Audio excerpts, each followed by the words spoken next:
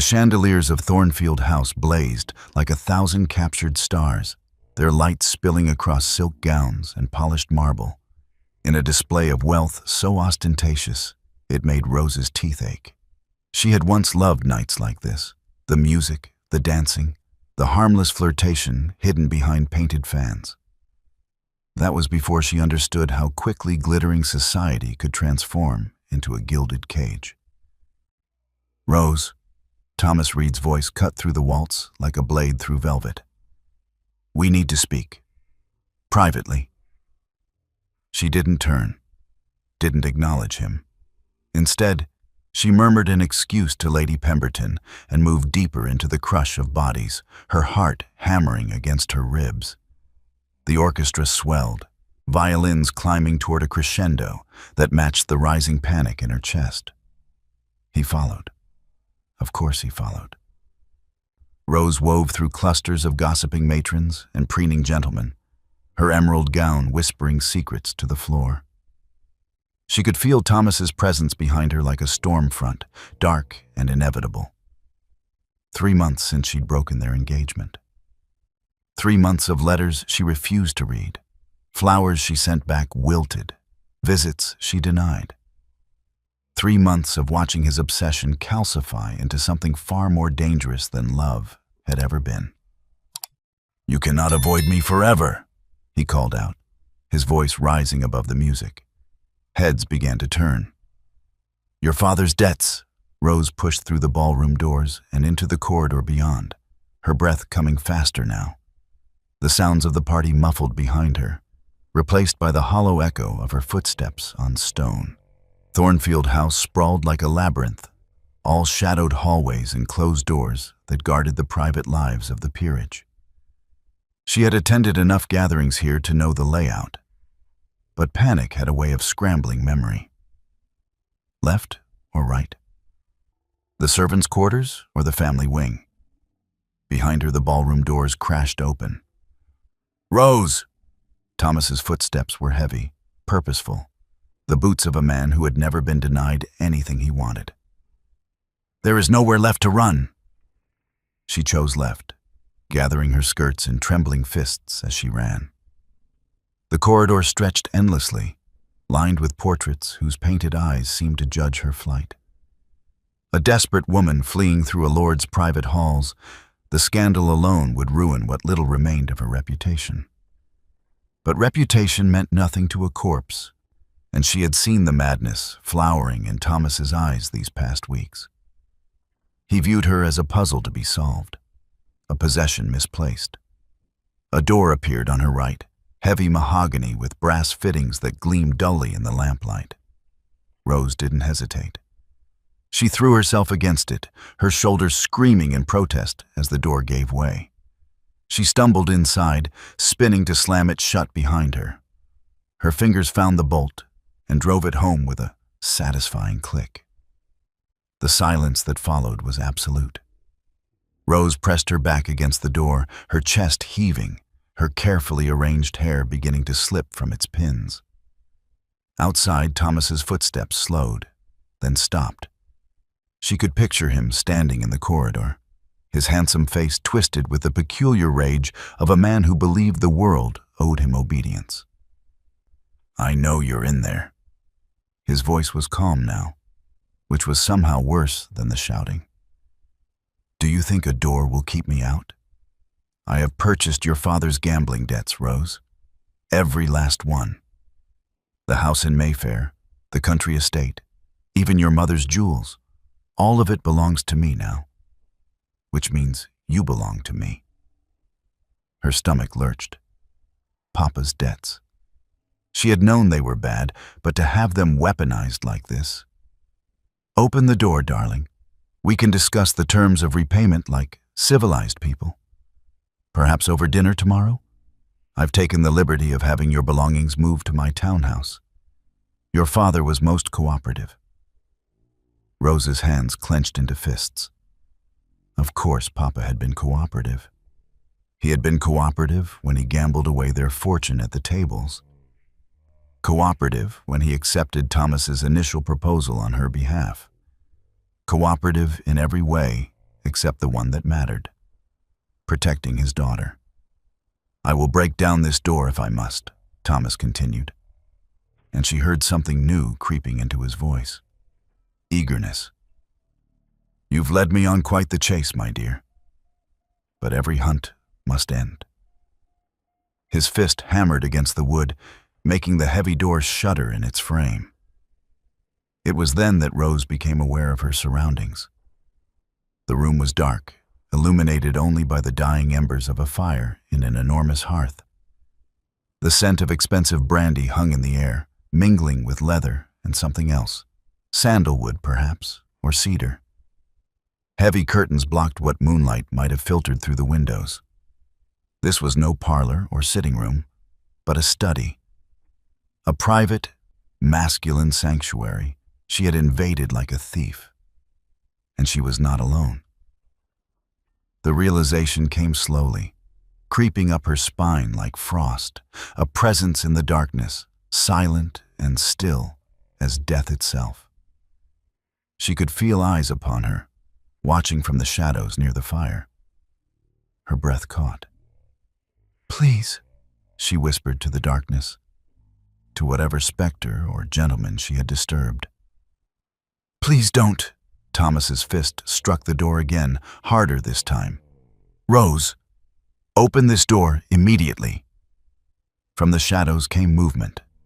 A figure rose from a high-backed chair, tall and broad-shouldered, backlit by the fire's crimson glow. Rose's hand flew to her mouth as the silhouette stepped forward, and she caught the barest glimpse of a face: sharp cheekbones, a cruel mouth, and a scar that ran from temple to jaw, like a crack in marble. "My lady," the figure spoke, and his voice was winter itself. "It appears we have a problem at the door." My lovely family, before we discover who's waiting in the shadows, please like, share, subscribe, and tell me in the comments section where you are watching from. Rose's breath froze in her lungs. The figure before her was carved from shadow and firelight, a study in contrasts that made her eyes struggle to focus. Tall, impossibly tall, she realized, as he took another step forward, with shoulders that blocked out what little illumination the dying embers provided. The scar she had glimpsed seemed to pulse in the darkness. A silvered line that spoke of violence survived. Her voice came out as barely a whisper. "I didn't know anyone was—" Thomas's fist crashed against the door again, making her jump. "Rose Everly, you are trying my patience. I will not be made a fool of in front of the entire ton." The man in the shadows tilted his head, and Rose caught the gleam of his eyes, pale, she thought. Though whether blue or gray, she couldn't tell. "Thomas Reed," he said, and it wasn't a question. His voice held the kind of certainty that came from a man who made it his business to know everything that occurred within his sphere.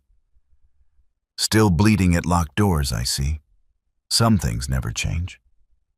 Rose pressed herself harder against the mahogany, trying to make herself smaller. She knew that voice now, had heard it mentioned in hushed whispers at tea parties and soirees, always accompanied by sidelong glances and nervous laughter. Alexander Ravenscroft, the Duke of Ravenscroft. The Dark Duke, they called him. The man who had vanished from society 5 years ago after a scandal no one would speak of directly, returning only for the most essential parliamentary duties before disappearing again into his northern fortress. And she had just burst into his private sanctuary like a common criminal. "Your Grace," she managed, dropping into a curtsy that her trembling legs barely supported. "I apologize most profusely for the intrusion. I was not aware this room was occupied, obviously." He moved closer, and Rose fought the urge to bolt. There was nowhere to go except back through the door, where Thomas waited like a wolf at a rabbit hole.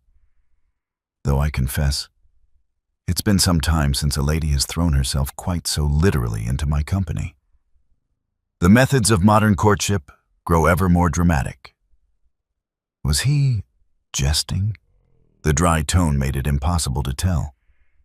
Rose looked up, trying to see his face more clearly, but he remained carefully positioned so that the fire illuminated only his left side.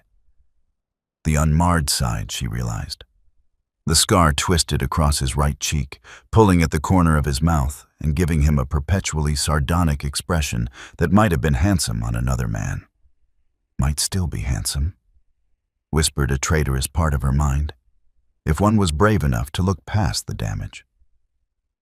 I assure you, this was not an attempt at...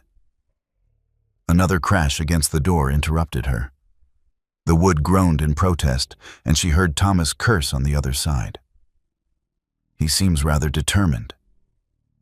The Duke moved to a sideboard where crystal decanters caught the firelight like captured amber. He poured himself a measure of brandy with the unhurried grace of a man who had never been rushed in his life. Tell me, Miss Everly, it is Miss, is it not? Not Mrs. Reed? It is Miss. The words came out sharper than she intended. And it will remain so. Ah. He took a sip of his drink, studying her over the rim of the glass. Hence the theatrics. A lover's quarrel, then? Former fiancé. And it was not a quarrel. I ended our engagement months ago. He has refused to accept my decision, as evidenced by his rather persistent knocking. The Duke settled himself against the edge of his desk, utterly relaxed despite the chaos at his door. His legs were long, encased in black evening wear that seemed to drink in the light. Everything about him spoke of contained power, of a predator at rest.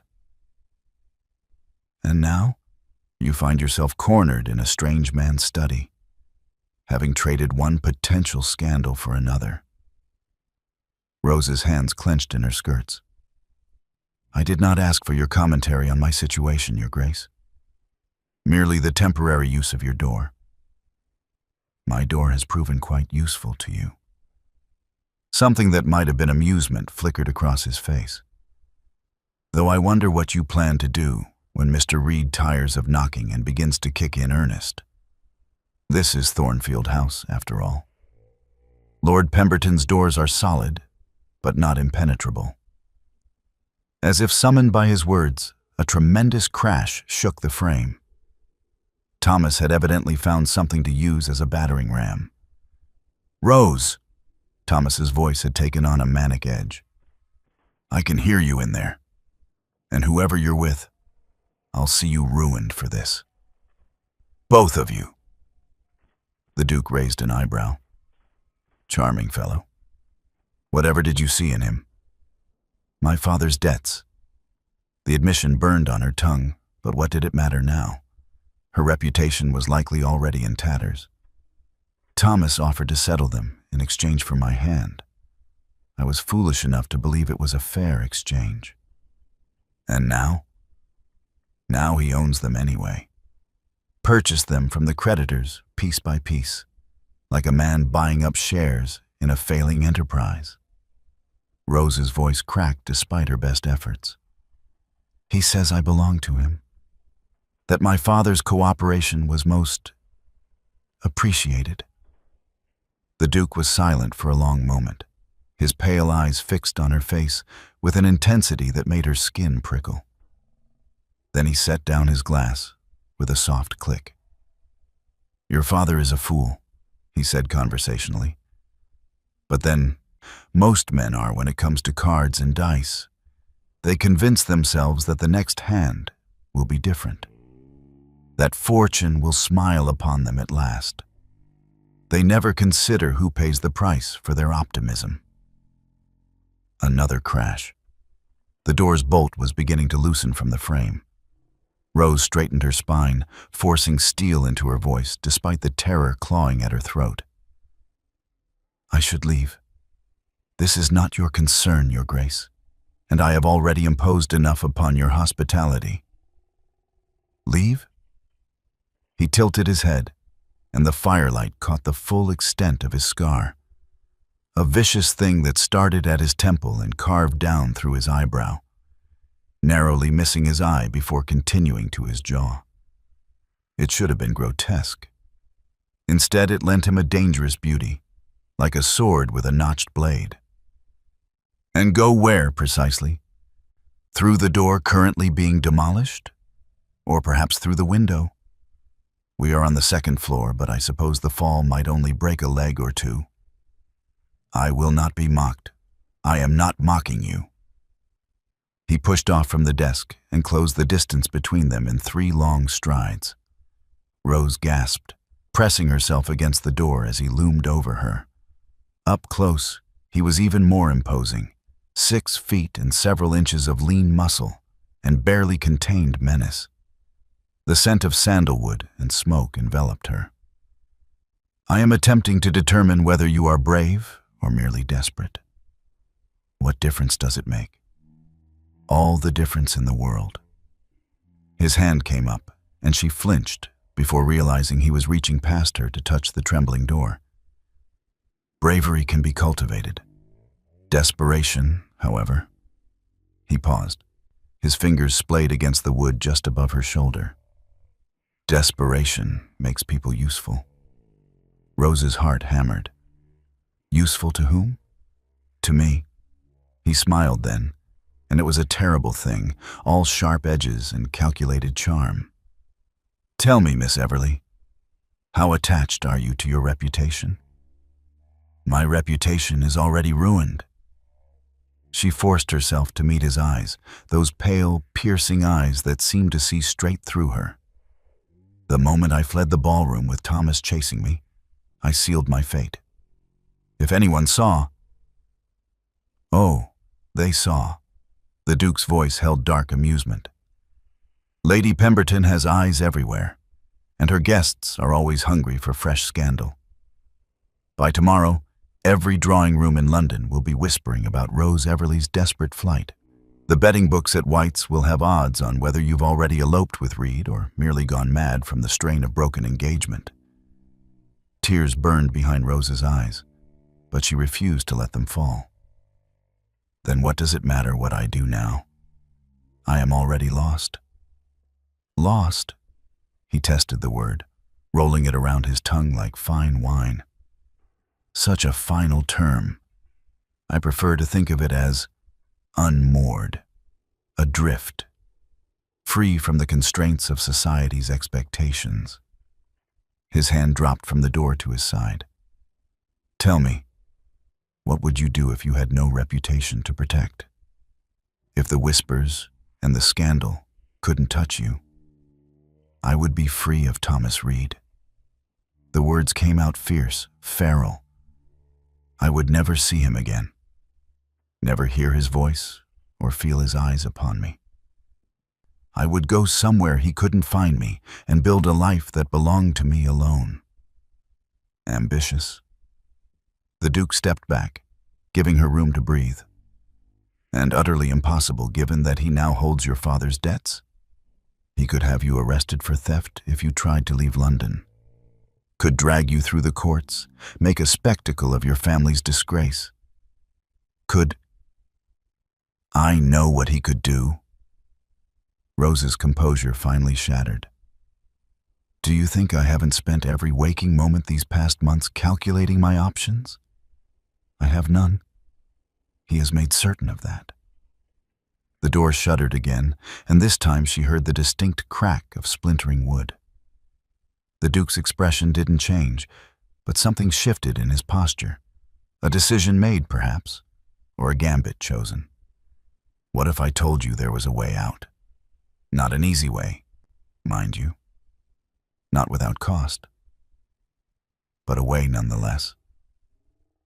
Rose stared at him, afraid to hope. What way? Marriage. The word hung in the air between them like a blade. Not to Reed, obviously. To someone with enough power and influence to make Reed's purchased debts irrelevant. Someone whose protection would shield you from scandal and whose resources could crush any legal maneuvering your former fiancé might attempt. Her mouth went dry. You're suggesting— I am suggesting nothing yet. The Duke turned away from her, moving back to his brandy. Merely presenting a hypothetical. After all, we've only just met under rather unusual circumstances. It would be precipitous to make any firm decisions. "Why would you help me?" Rose demanded. "You don't know me. Don't owe me anything. What could you possibly gain from—" The door splintered. Not completely, but enough that Thomas's hand thrust through, grasping blindly for the bolt. "Fascinating question," the Duke murmured. Then louder, "I suppose we're about to find out." He strode to the door and, before Rose could protest, threw the bolt and yanked it open. Thomas Reed stumbled through, his cravat askew and his face flushed with exertion and rage. Behind him, Rose could see faces, so many faces, drawn by the commotion. Lord Pemberton looking scandalized, Lady Pemberton alight with vicious glee, and a dozen other guests crowding the corridor for a better view. Thomas's eyes found Rose immediately, burning with possessive fury. "There you are, you little—" He stopped short as he registered the Duke's presence. "Ravenscroft. I didn't realize you were in London." "Evidently." The Duke's voice was ice, though one might think the locked door suggested someone wished for privacy. "I don't give a damn about your privacy. That woman is mine, and I'll thank you to—" "Yours?" The Duke's eyebrow rose. "How fascinating. Miss Everly, are you this gentleman's property?" Rose found her voice. "No. And yet he seems quite convinced otherwise." The Duke looked at Thomas with the expression one might give an especially stupid dog. "Tell me, Reed, on what precisely do you base this claim of ownership? Are we living in medieval times? Should I check for your brand upon her shoulder?" Thomas's face darkened. "Her father's debts. Ah, yes, debts." The Duke smiled his terrible smile. "I'm familiar with the concept, though I must confess, I've never before heard them used to justify kidnapping." "Kidnapping?" Thomas sputtered. "I'm not. She's my fiancée." "Former fiancée," Rose interjected. "Was she?" The Duke turned to her, and there was a question in his eyes, a choice being offered. "How odd. Because I was under the distinct impression that Miss Everly was currently engaged to me." The silence that followed was absolute. The corridor erupted. Rose heard Lady Pemberton's scandalized gasp, saw the ripple of shock pass through the assembled guests like a stone thrown into still water. Thomas's face cycled through disbelief, rage, and something darker, something that made Rose's skin crawl with its intensity. "Engaged," Thomas repeated, his voice dangerously quiet. "To you. Is there an echo in this corridor?" The Duke adjusted his cuff with infuriating nonchalance. "Yes, Reed. Engaged. To me. I realize the concept may be difficult for you to grasp, given your apparent belief that a woman's affections can be purchased along with her father's vows. But you're lying." Thomas took a step forward, his hands clenched into fists. "This is some kind of trick. Rose would never. She wouldn't." His eyes swung to her, wild and accusing. "Tell him. Tell him this is madness." Rose's mouth opened, but no sound emerged. Her mind raced, trying to understand what game the Duke was playing. He had offered her a hypothetical mere moments ago, and now he was announcing it to half of London's elite as established fact. She should deny it, should laugh it off as a misunderstanding, apologize to His Grace for the confusion, and face whatever consequences Thomas had planned for her with dignity. But the Duke's pale eyes held hers, and in them she saw something unexpected. Not mockery or cruelty, but a strange kind of patience. He was waiting, she realized, giving her the choice. He had opened the door, literally and figuratively, but she would have to be the one to step through it. "It's not madness," she heard herself say. The words felt foreign on her tongue, like speaking a language she'd only read in books. "His Grace and I, we have an understanding." The Duke's smile was almost imperceptible, a bare quirk at the corner of his damaged mouth. "Indeed we do." Thomas lunged. He didn't reach Rose. The Duke moved with a speed that belied his relaxed posture, intercepting Thomas mid-stride and catching him by the throat. It wasn't violent, precisely. There were no blows struck, no struggle.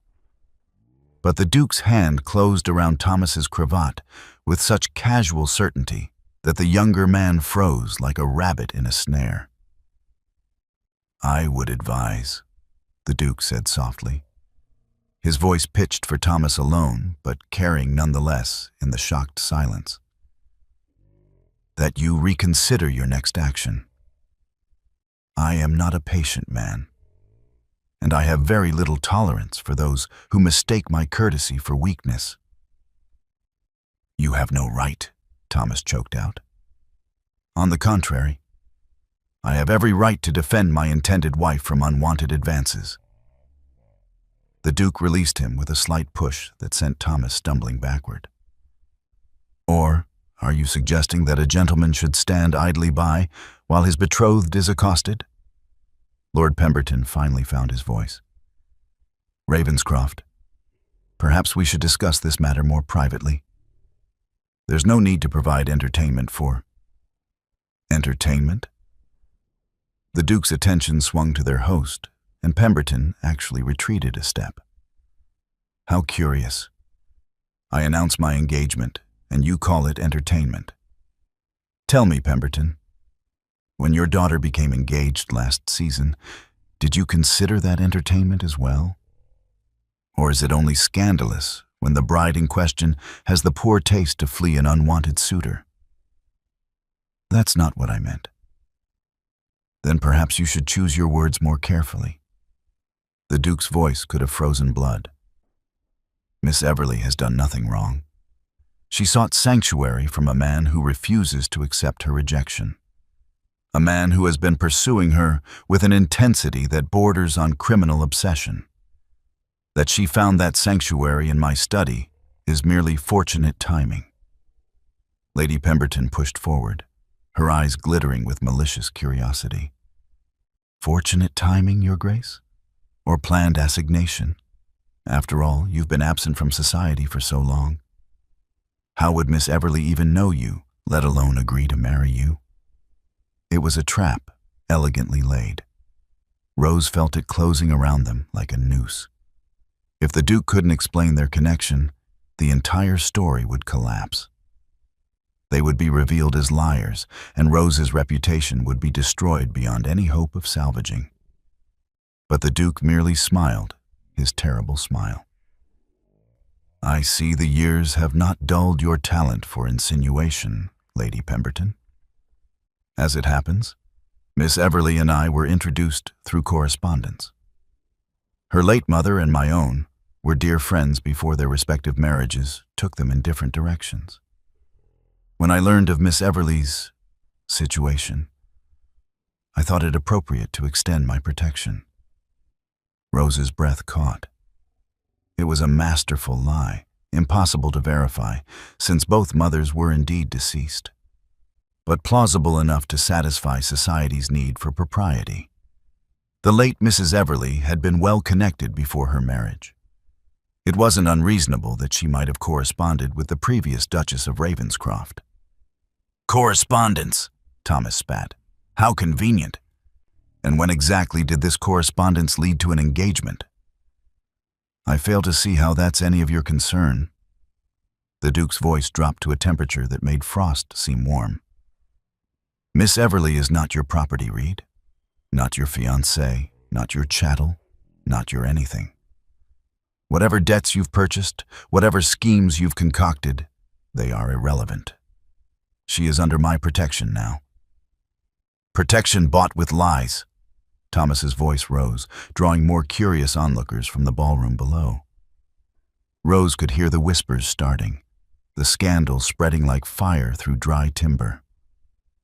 You expect us to believe that the Dark Duke, who hasn't attended a social function in 5 years, suddenly developed a tundra for a disgraced woman he's never met? Mind your tongue, the Duke said quietly, or I will remove it from your mouth. The violence in those words was so casual, so absolute, that several guests actually gasped. Rose felt her heart hammering against her ribs. She had heard rumors of the Duke's temper, of course. Whispers about what had really happened 5 years ago. The incident that had driven him from society. No one knew the full truth. But everyone agreed it had been violent. Thomas, to his credit or his stupidity, didn't back down. Show me the betrothal contract. If this engagement is real, there must be paperwork, announcements, something more than your word. My word, the Duke said softly, is worth more than your entire bloodline, Reed. But if you require proof. He turned to Rose, and she saw the question in his eyes again. This was the moment, the point of no return. If she confirmed his lie now, there would be no going back. Society would demand proof, as Thomas said. There would need to be contracts, settlements, a formal announcement in the Morning Post. There would need to be a wedding. The announcement will appear in tomorrow's papers, Rose said, her voice steadier than she felt. Our family's solicitors have been drawing up the settlements for the past fortnight. I apologize for the deception, but given Mr. Reed's persistence, we felt it prudent to keep the matter private until the legalities were settled. It was the Duke's turn to look impressed. She had not only confirmed his lie, but expanded upon it, adding details that would buy them time. Solicitors could be bribed or persuaded. Papers could be forged. By the time anyone thought to verify her claims, they could have the actual documents prepared. If, that is, the Duke truly intended to go through with this insane charade. Lady Pemberton's face had gone tight with frustration. She had smelled blood in the water, but the prey had proven more difficult to catch than anticipated. Even so, Your Grace, surely you can understand our confusion. An engagement conducted entirely in secret, announced only when the bride-to-be is discovered fleeing through private corridors, fleeing an unwanted suitor, the Duke interrupted. Let us be clear about the sequence of events, Lady Pemberton. Miss Everly was pursued by Mr. Reed despite her repeated refusals of his company. She sought refuge in the nearest available room, which happened to be the study where I was reviewing some documents for Lord Pemberton. The fact that I was able to defend my betrothed from harassment is hardly scandalous, unless you believe a woman should simply submit to any man who claims ownership of her debts. The assembled guests shifted uncomfortably. The Duke had turned the narrative expertly, transforming what might have been seen as Rose's disgrace into Thomas's villainy. Several of the older matrons were now looking at Thomas with open disapproval, their sense of propriety offended by his aggressive pursuit. Lord Pemberton cleared his throat. Perhaps we should all return to the ballroom. I'm sure this matter can be resolved with calmer heads and fewer witnesses. An excellent suggestion. The Duke offered Rose his arm, and she took it on trembling legs. His forearm was solid beneath her fingers, radiating warmth through the fine fabric of his coat. Miss Everly and I will take our leave. It has been a trying evening, and I believe my intended could use some rest. You can't just... Thomas started forward again, but this time it was Lord Pemberton who stopped him with a hand on his shoulder. Enough, Reed. You've made enough of a spectacle for one evening. A spectacle?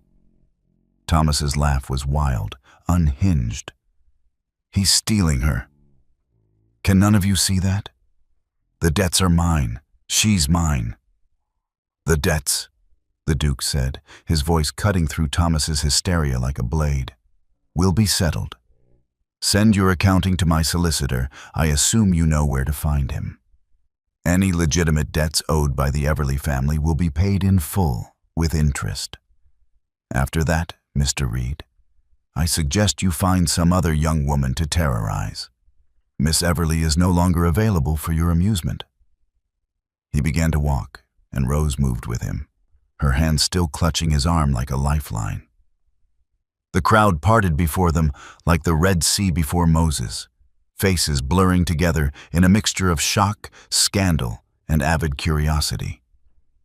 She heard the whispers starting already. The Dark Duke. Can you believe? 5 years, and he returns for her. That scar. Did you see? Poor thing, from one disaster to another. They descended the grand staircase, the Duke's pace measured and unhurried despite the chaos they'd left behind. Rose's mind spun with the enormity of what had just happened. In the space of mere minutes, she had gone from ruined woman fleeing her obsessed former fiancé to the betrothed of one of England's most powerful and reclusive peers. It wasn't real, she reminded herself. It was a performance, a gambit to save her from Thomas's clutches. The Duke had said himself that desperation made people useful. She was clearly useful to him in some way, though she couldn't yet fathom how. They reached the entrance hall, where servants scrambled to fetch the Duke's coat and hat. Rose realized with a start that she had no wrap, no police. She had fled the ballroom with nothing but the clothes on her back. As if reading her thoughts, the Duke shrugged out of his greatcoat and draped it over her shoulders. It was far too large, swallowing her frame. But it was warm and smelled of sandalwood and safety. "Your Grace," she whispered as the servants bustled about. "What have we just done?" "We," he replied softly, his pale eyes meeting hers with an intensity that stole her breath, "have just declared war on Thomas Reed and society itself. I do hope you're prepared for the consequences, Miss Everly, because there is no retreating from this battlefield." The Duke's carriage appeared at the base of the steps, black as midnight and emblazoned with the Ravenscroft crest, a raven clutching a sword in its talons. The footman opened the door, and warm light spilled out onto the rain-slicked stones. Rose looked back at Thornfield House, at the golden windows where she knew Thomas was watching, plotting, seething. Then she looked at the Duke, at this scarred stranger who had just upended her entire existence for reasons she didn't understand. "I am prepared," she lied, and stepped into the carriage. The Duke followed, settling himself across from her with the fluid grace of a predator. The door closed with a decisive thud, sealing them in together. Through the window, Rose watched Thornfield House recede as the carriage rolled forward into the rain-dark streets of London. "You said desperation makes people useful," she said, breaking the silence. "What use am I to you, Your Grace? Why did you really claim me as your betrothed?"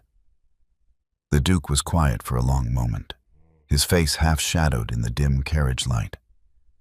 When he finally spoke, his voice was soft but certain.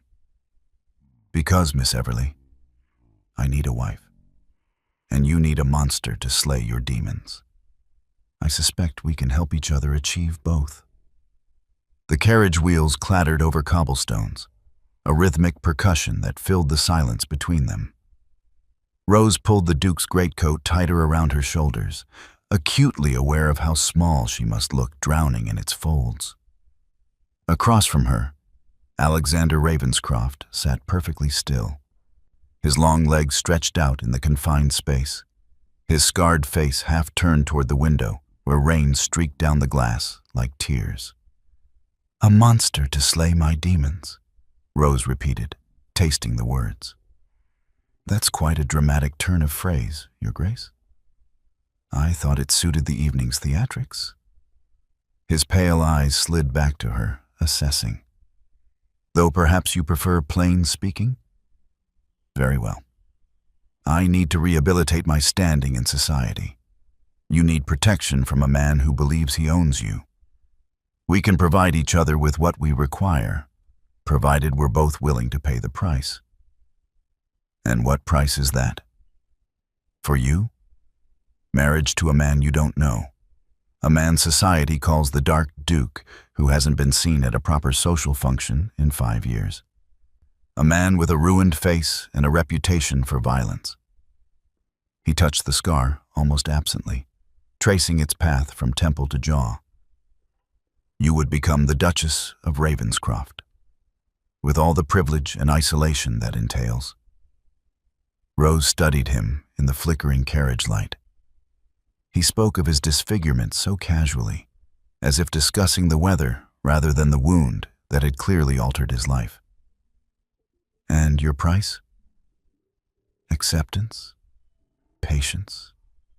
The willingness to play the role of devoted wife in public while maintaining whatever distance you prefer in private. He leaned forward slightly, his intensity suddenly focused entirely upon her. I will not force myself upon you, Miss Everly. Let me be abundantly clear on that point. Whatever marriage we contract will be one of convenience and mutual protection. Your chambers will be your own. Your person will remain inviolate. I require only the appearance of matrimonial harmony.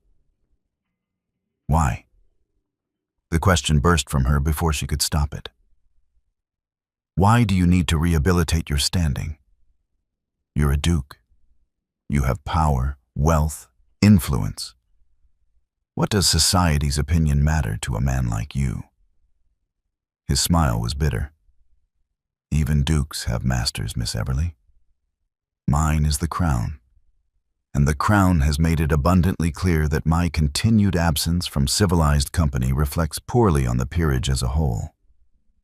There are parliamentary matters that require my presence, committees that need my vote, and a rather insistent Lord Chamberlain, who has suggested that my self-imposed exile borders on dereliction of duty. So you need a duchess to make you respectable.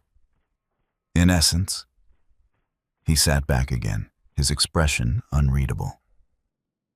A wife softens a man's image, suggests he is capable of normal human connection rather than being the gothic villain the scandal sheets have painted me as. With you on my arm, I become merely eccentric rather than dangerous, reformed rather than ruined. Rose turned his words over in her mind, looking for the trap. Men like the Duke of Ravenscroft did not offer sanctuary without reason, and she had learned the hard way that even the most generous-seeming bargain could hide sharp teeth. What happened 5 years ago? What drove you from society? That, he said softly, is not part of our negotiation. You expect me to marry you, but you won't tell me why you left London? I expect you to decide whether the protection I offer is worth the mysteries I keep. His voice remained calm, but there was steel beneath the silk. We all have secrets, Miss Everly. I will not pry into yours if you extend me the same courtesy. The carriage turned a corner, and Rose glimpsed the Thames through the rain-streaked window, dark and serpentine in the night.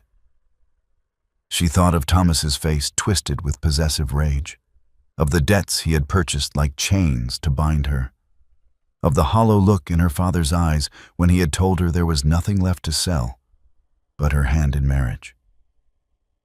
How long? She asked. How long would this arrangement last? A year, perhaps 2? Long enough to satisfy the Crown's requirements and secure my position. Long enough to see your father's debts settled and Thomas Reed's legal claims nullified. He paused. After that, if you wish to seek an annulment, I will not oppose it. You would retain your title and a generous settlement. Your freedom, such as it is, would be yours again. An annulment requires proof that the marriage was never consummated. Hence my earlier assurance about separate chambers. His tone was dry. I am many things, Miss Everly, but I am not a man who takes what is not freely offered. Rose's hands twisted in the fabric of his coat.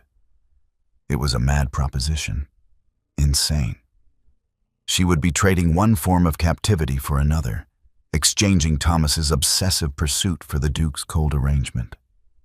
And yet, there was a vast difference between a man who saw her as property and one who saw her as a partner in a calculated bargain. What about children?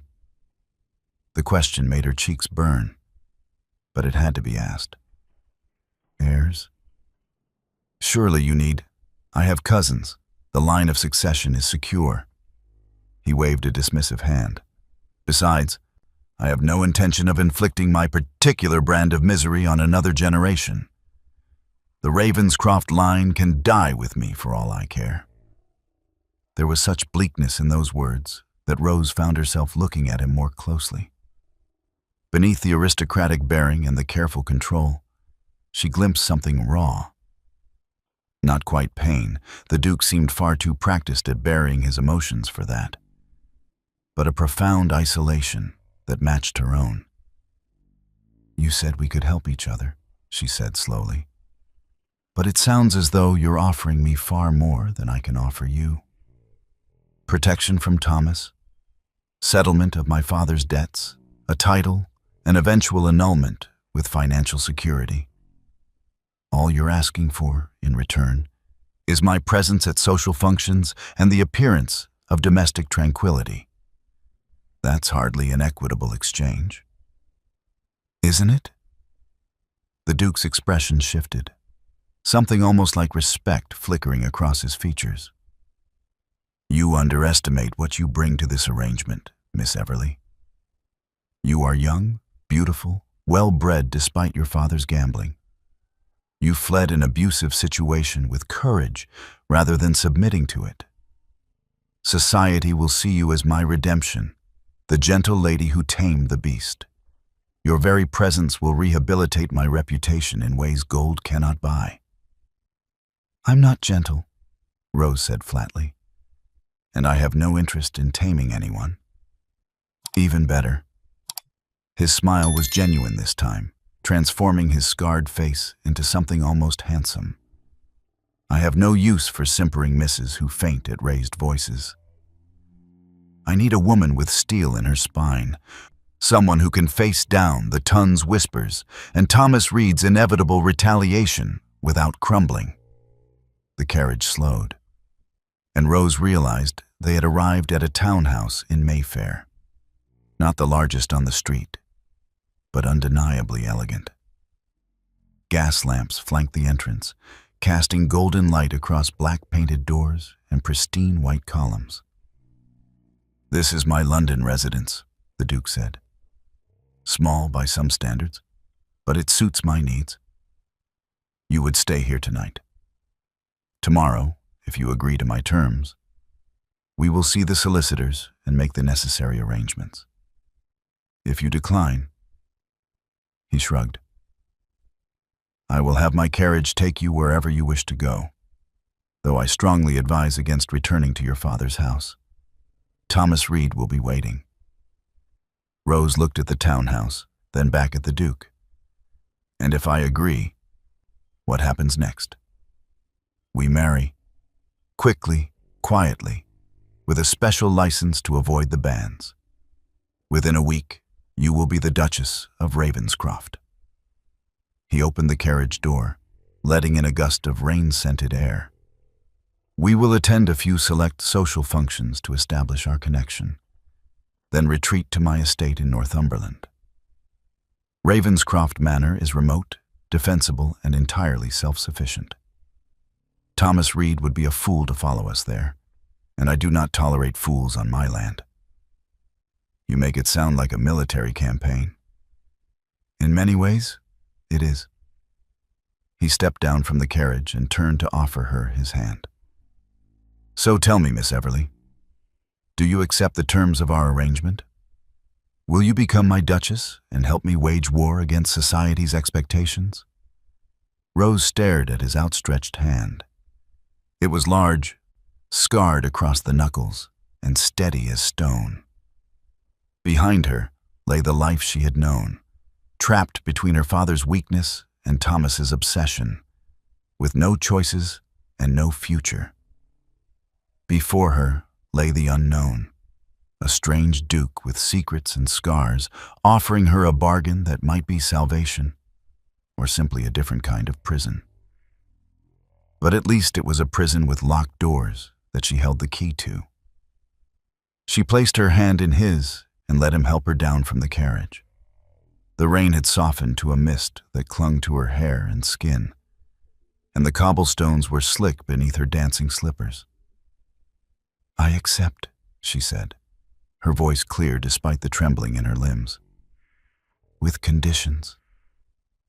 His eyebrow rose. Conditions? How delightfully unexpected. "You said you would not pry into my secrets, and I have extended you the same courtesy regarding your past. That must remain inviolate. No questions about what happened before we met." "Agreed. Furthermore, while I understand the need for public displays of affection, I require your word that you will never use your physical strength to intimidate me. I have had quite enough of men who believe size equals authority." "You have my word?" His expression had gone serious.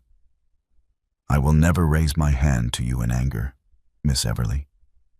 Whatever else I am not Thomas Reed." Finally, she drew a breath, committing herself fully to this mad course. "When the time comes to end this arrangement, I want your assistance establishing myself independently. Not just money. I want connections, references, the means to make my own way in the world. I will not trade one form of dependence for another." The Duke was quiet for a long moment, studying her face in the lamplight. Then he smiled that terrible, beautiful smile and raised her hand to his lips. The kiss he pressed to her knuckles was formal, correct, and yet somehow felt like the sealing of a pact far more binding than any marriage contract. "You continue to surprise me," he murmured. "Very well. When our arrangement concludes, I will ensure you have the means to live as you choose. Independence, anonymity if you wish it, and enough funds to never be at any man's mercy again." "Then we have an accord, Your Grace."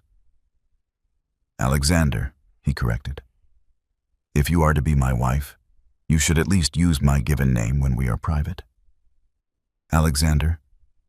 She tested the name, found it suited him, sharp and strong with an edge of danger. "And you may call me Rose." "Rose."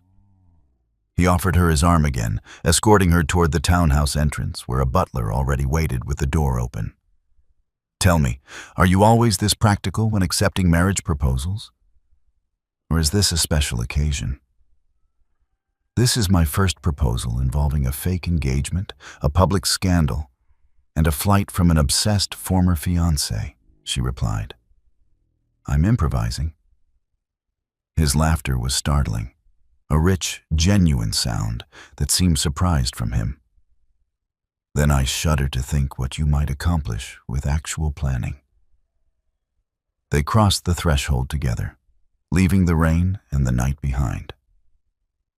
The entrance hall was elegant but understated, all dark wood and subdued colors. A far cry from the ostentatious displays of wealth Rose had grown accustomed to in London's grander houses. A housekeeper appeared, gray-haired and efficient, her expression carefully neutral as she took in Rose's disheveled state and the Duke's protective posture. "Mrs. Hartwell," Alexander said. "This is Miss Rose Everly, my betrothed. She will be staying with us. Please prepare the blue chamber and see that she has everything she requires." If Mrs. Hartwell was surprised by this announcement, she hid it admirably. "Of course, Your Grace. Miss Everly, if you'll follow me." Rose hesitated, looking back at Alexander. Now that the arrangement was made, she felt suddenly adrift. What had she done? Agreed to marry a stranger? To live in his isolated manner? To play the role of devoted duchess to a man society called a monster? As if sensing her uncertainty, Alexander touched her hand briefly. You are safe here, Rose. Whatever else happens, know that. Thomas Reed cannot reach you behind these walls. It wasn't love or even affection in his voice. It was something simpler and perhaps more valuable. Certainty. The Duke of Ravenscroft was a man who kept his word.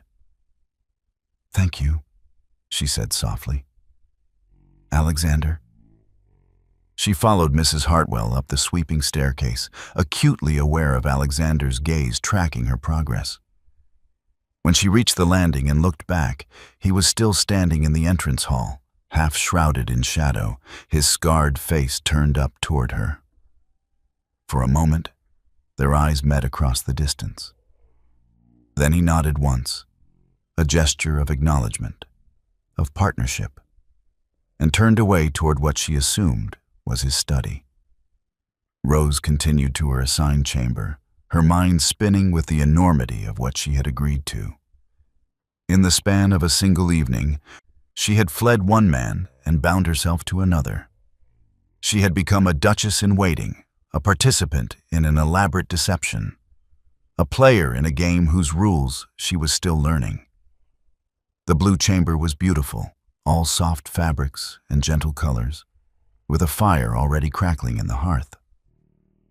Mrs. Hartwell helped her out of the ruined ball gown, provided a nightdress and washing water, and departed with promises of breakfast in the morning. Alone at last, Rose sank onto the edge of the bed and let herself shake. She had been so strong, so pragmatic during the negotiations with Alexander. But now, in the quiet dark, the terror caught up with her. She had agreed to marry a man she didn't know. A man with secrets and scars and a reputation for violence. A man who needed her to rehabilitate his image, though she still didn't understand why he had fallen from grace in the first place. But he had also given her something she had thought lost forever. Choice. The choice to refuse Thomas Reed. The choice to determine her own future, even if that future was bound by the terms of their arrangement. And perhaps most importantly, he had promised her eventual freedom. Rose lay back on the bed, staring at the ceiling where firelight cast dancing shadows. Tomorrow she would meet with solicitors. Within days, she would be married. Within a week, she would leave London for the wilds of Northumberland in a manner that sounded more like a fortress than a home. It should have terrified her. Instead, for the first time in months, Rose felt something that might have been hope. The journey north took 5 days. 5 days of rutted roads and rain-lashed countryside, of coaching inns where the Duke's crest commanded the best rooms and the whispers followed them like ghosts. 5 days of sitting across from her new husband, for they had married with indecent haste. A special license procured and a brief ceremony conducted in Alexander's private chapel, and learning the contours of his silence. Alexander was not, Rose discovered, a man given to idle conversation. He read during their travels, dense parliamentary documents and letters sealed with various noble crests, his scarred face impassive as the landscape rolled past. Occasionally he would look up and find her watching him, and something that might have been amusement would flicker in his pale eyes before he returned to his papers. She wore his ring now. Heavy gold set with a dark sapphire that seemed to absorb light rather than reflect it. The Ravenscroft ring, Mrs. Hartwell had told her while helping her dress for the ceremony. Worn by every duchess for the past 200 years. It felt like a shackle. The announcement had appeared in the Morning Post exactly as promised.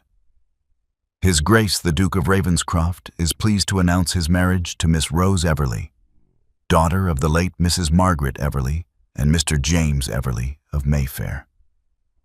Brief, proper, and utterly final. Thomas had sent 3 increasingly unhinged letters to Alexander's townhouse, each one more threatening than the last.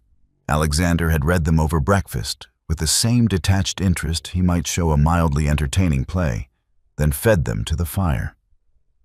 "He has no legal recourse," Alexander had said calmly, buttering his toast. "The debts have been settled. Your father has been relocated to a comfortable cottage in Bath, and you are now a duchess. Reed can bluster all he likes, but he is powerless."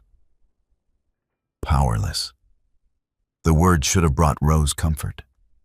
Instead, it made her think of cages with golden bars. Now, as the carriage crested yet another hill, she caught her first glimpse of Ravenscroft Manor and felt her breath catch in her throat.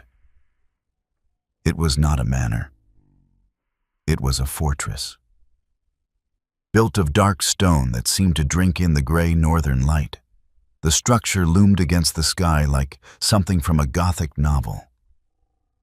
Crenellated towers rose at each corner, and the windows were narrow slits that suggested defense rather than hospitality. A curtain wall surrounded the main building, and beyond it, Rose could see the wild moors stretching toward distant mountains, empty of human habitation. "Good God," she breathed. "You live here?" Alexander looked up from his papers, following her gaze. "I do. Ravenscroft Manor has stood for 400 years, built during the border wars when raids from Scotland were common. My ancestors believed in being prepared. It looks like a prison, or a sanctuary." His expression was unreadable, depending on one's perspective. The carriage rolled through an iron gate, opened by a grizzled man who touched his cap to Alexander with what looked like genuine respect, and into a cobbled courtyard. Servants appeared from a side entrance, moving with quiet efficiency to collect the trunks and bags. They were older than the staff in London, Rose noticed. Weathered and practical, with the sturdy builds of people accustomed to hard work. A tall woman descended the main steps, her gray hair pulled back severely, her dress black bombazine that rustled with starch. She surveyed Rose with sharp eyes that missed nothing, and Rose found herself straightening her spine under that assessing gaze. "Your Grace," the woman said to Alexander as he emerged from the carriage. "Welcome home." "Mrs. Blackwood." Alexander helped Rose down with a hand that was steady despite the long journey. "May I present my wife, the Duchess of Ravenscroft." "Rose, this is Mrs. Blackwood, the manor's housekeeper.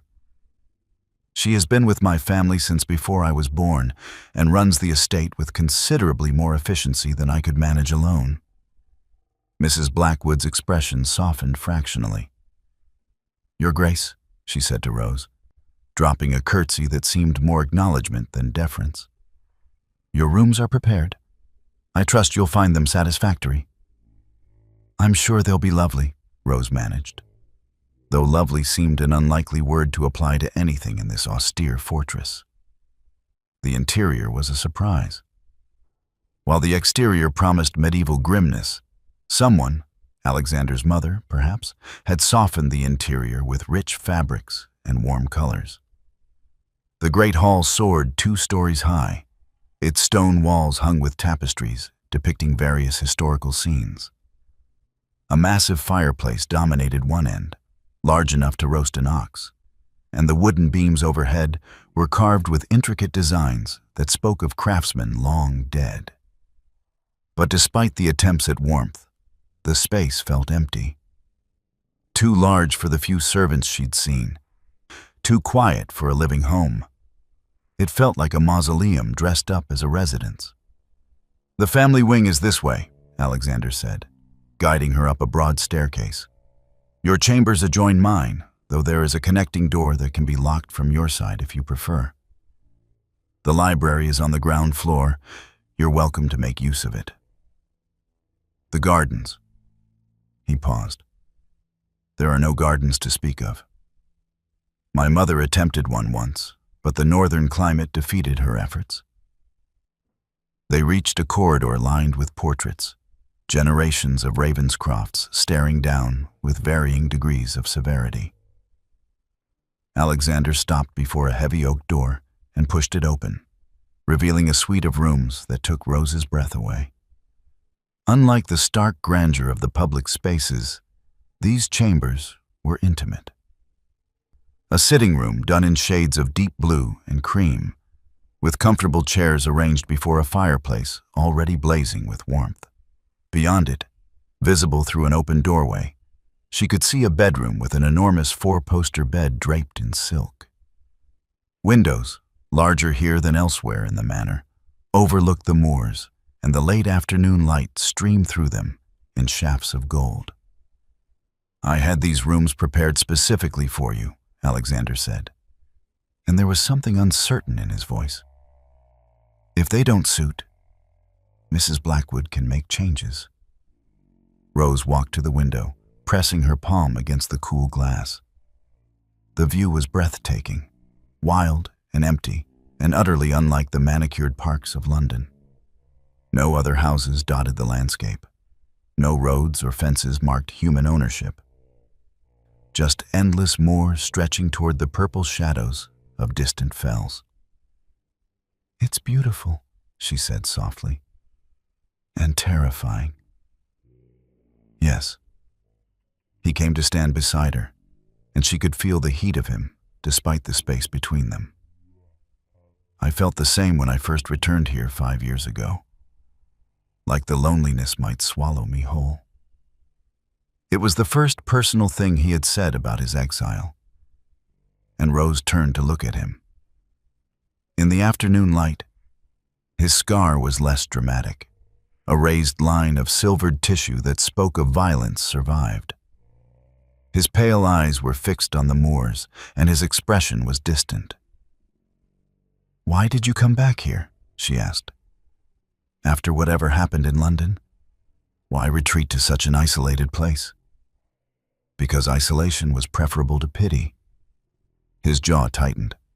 The stares, the whispers, the way conversations would stop when I entered a room. At least here, the only witnesses to my disgrace were the sheep and the ravens. You're not disgraced, aren't I? He looked at her then, and she saw the bitterness beneath his careful control.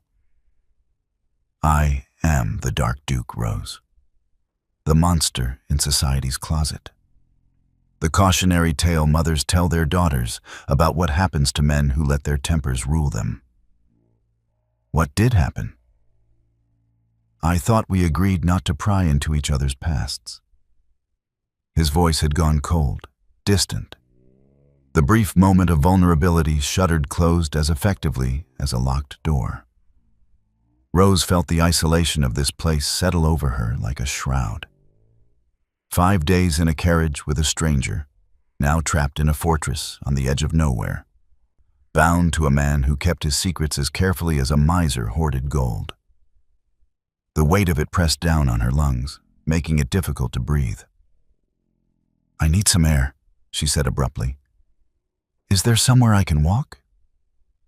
Alexander studied her for a moment, then nodded. The battlements are accessible from the tower stairs. The views are impressive, and you won't be disturbed. Dinner is at 8. Mrs. Blackwood will send someone to help you dress.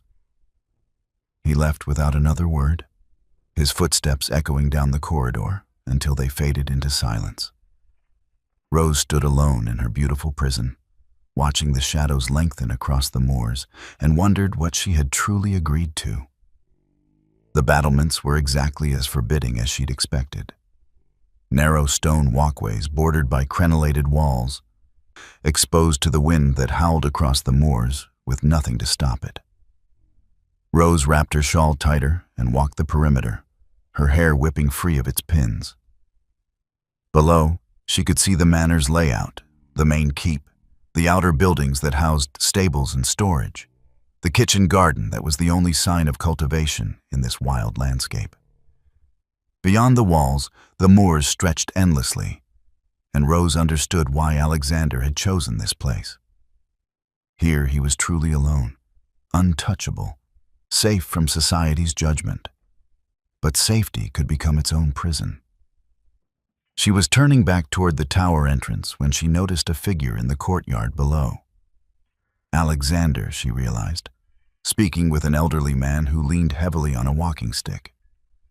As she watched, Alexander took the man's arm and helped him toward one of the outbuildings, his movements gentle and patient. Curious, Rose descended the tower stairs and followed at a discreet distance. The building Alexander had entered appeared to be a converted stable. Rose peered through a window and felt her breath catch.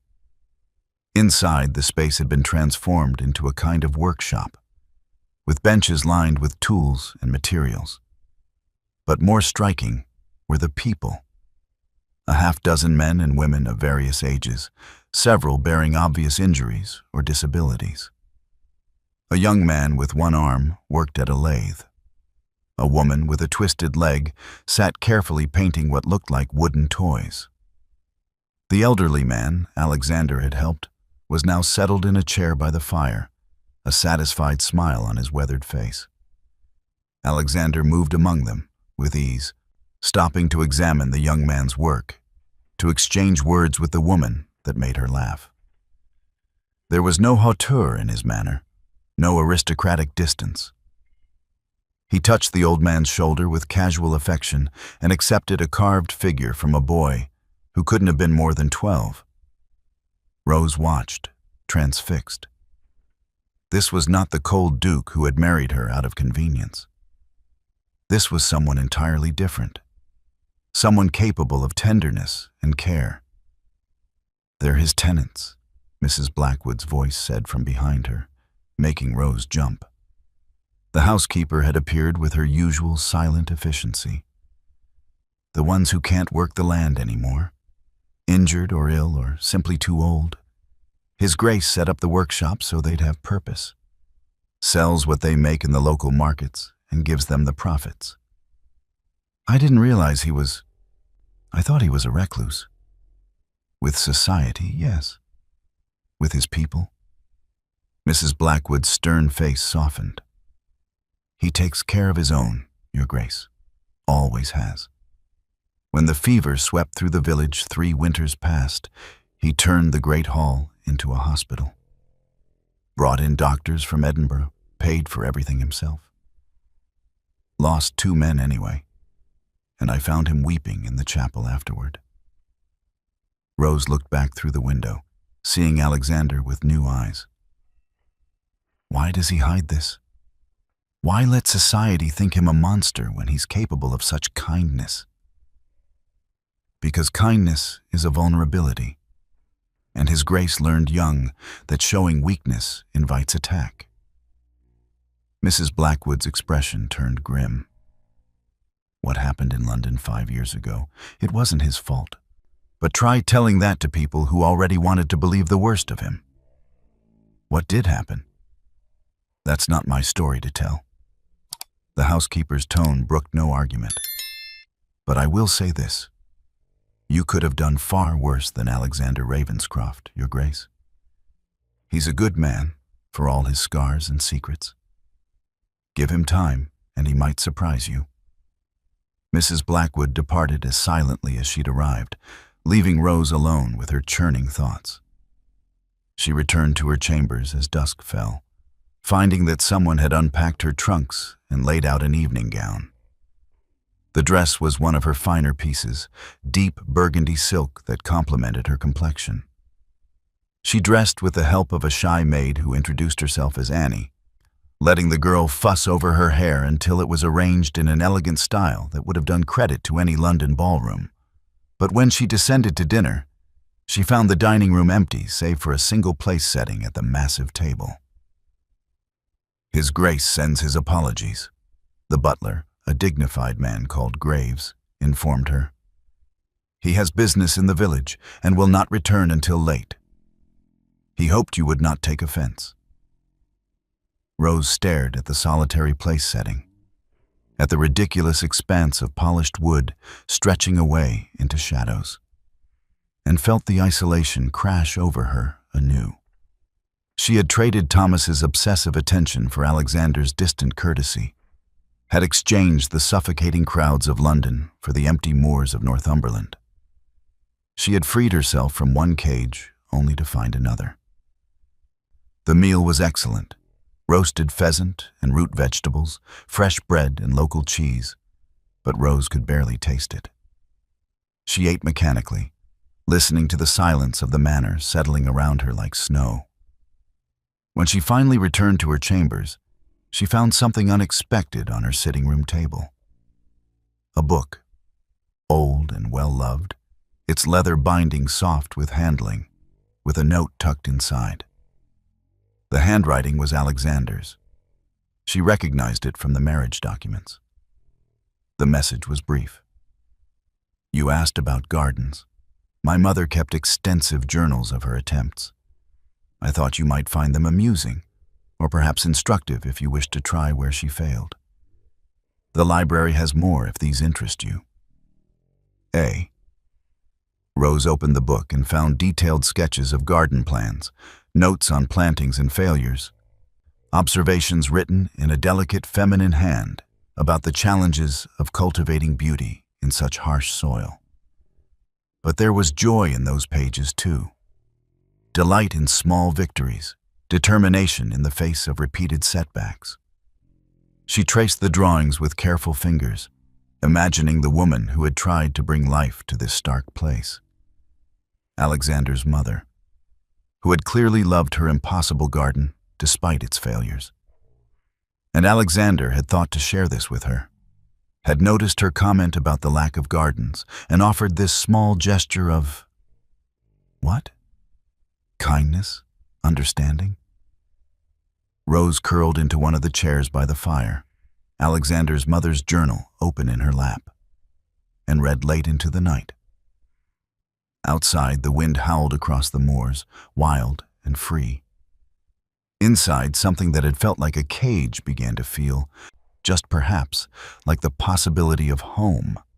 Rose woke to the sound of screaming.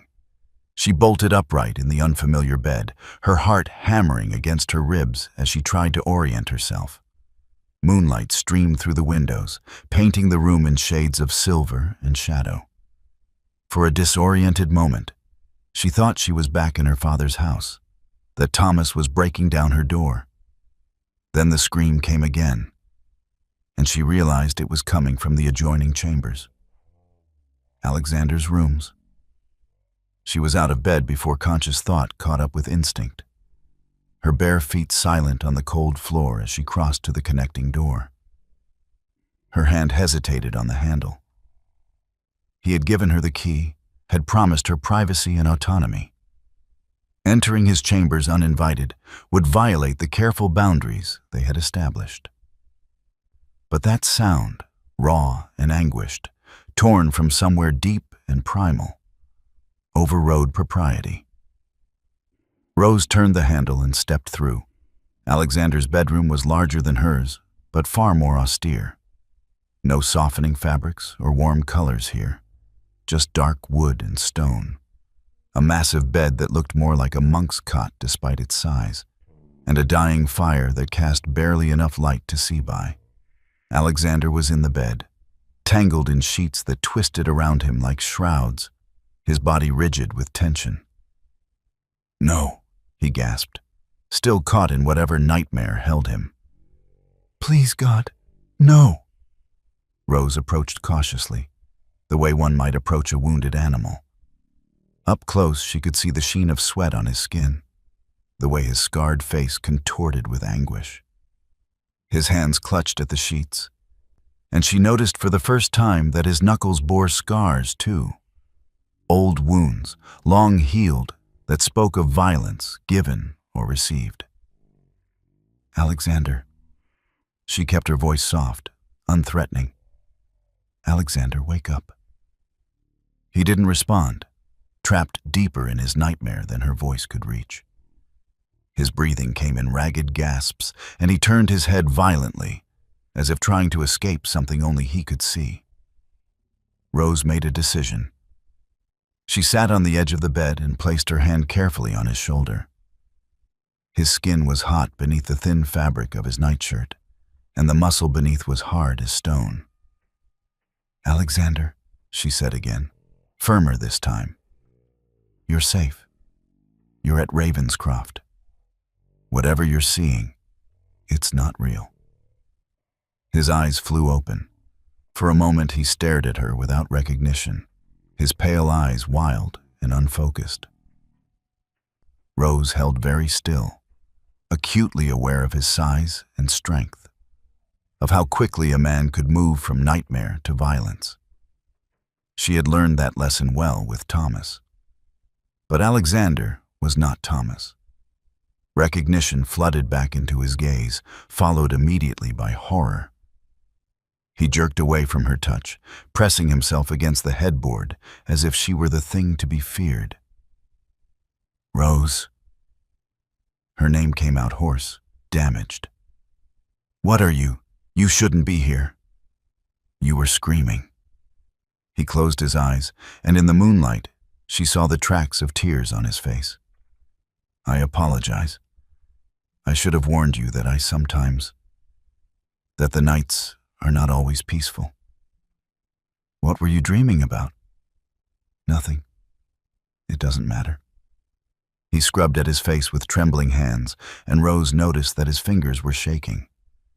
"Please, just go back to your room. Forget you saw this." "I can't very well forget it when the walls between our rooms are so thin." Rose settled herself more comfortably on the bed, a deliberate choice to stay, despite his clear discomfort. "Besides, we made a bargain, remember? We may keep our secrets during the day, but it seems night has other plans." Alexander laughed, a bitter sound that held no humor. "You want to know my nightmares? Very well. I dream of fire, of my fiancée's face as she died, of the child I couldn't save." He looked at her then, his expression naked with pain. "There. Are you satisfied? Or would you like more gruesome details?" Rose's breath caught. Fiancé. Child. The words hung in the air between them like accusations. "The scandal," she breathed. 5 years ago. This is what happened. This is what I caused." Alexander pushed himself out of bed, needing movement, needing distance. He crossed to the window and stood with his back to her, silhouetted against the moonlit moors. Her name was Catherine, Lady Catherine Ashford, daughter of the Earl of Pembroke. Beautiful, accomplished, everything a duchess should be. We were to be married that June. Rose waited, giving him space to tell it in his own time. "She was with child," Alexander continued, his voice flat, emotionless. The tone of a man reciting facts to avoid feeling them. "Not mine. She had been having an affair with my best friend, Marcus, for months. I discovered them together at a house party. In my own family's hunting lodge, in fact. The irony was not lost on me." "What did you do?" "I confronted Marcus. There was a fight." He touched his scarred face absently. "He gave me this, actually. A broken bottle. I barely remember it happening. I was so angry, so hurt. The betrayal of it was worse than any physical wound." "That's understandable." "Is it?" He turned to face her, and his expression was terrible. "Because my anger, my loss of control, had consequences. Marcus fled the scene, took one of the estate's horses and rode toward London in the middle of a storm. Catherine went after him. She was terrified I would kill him, you see.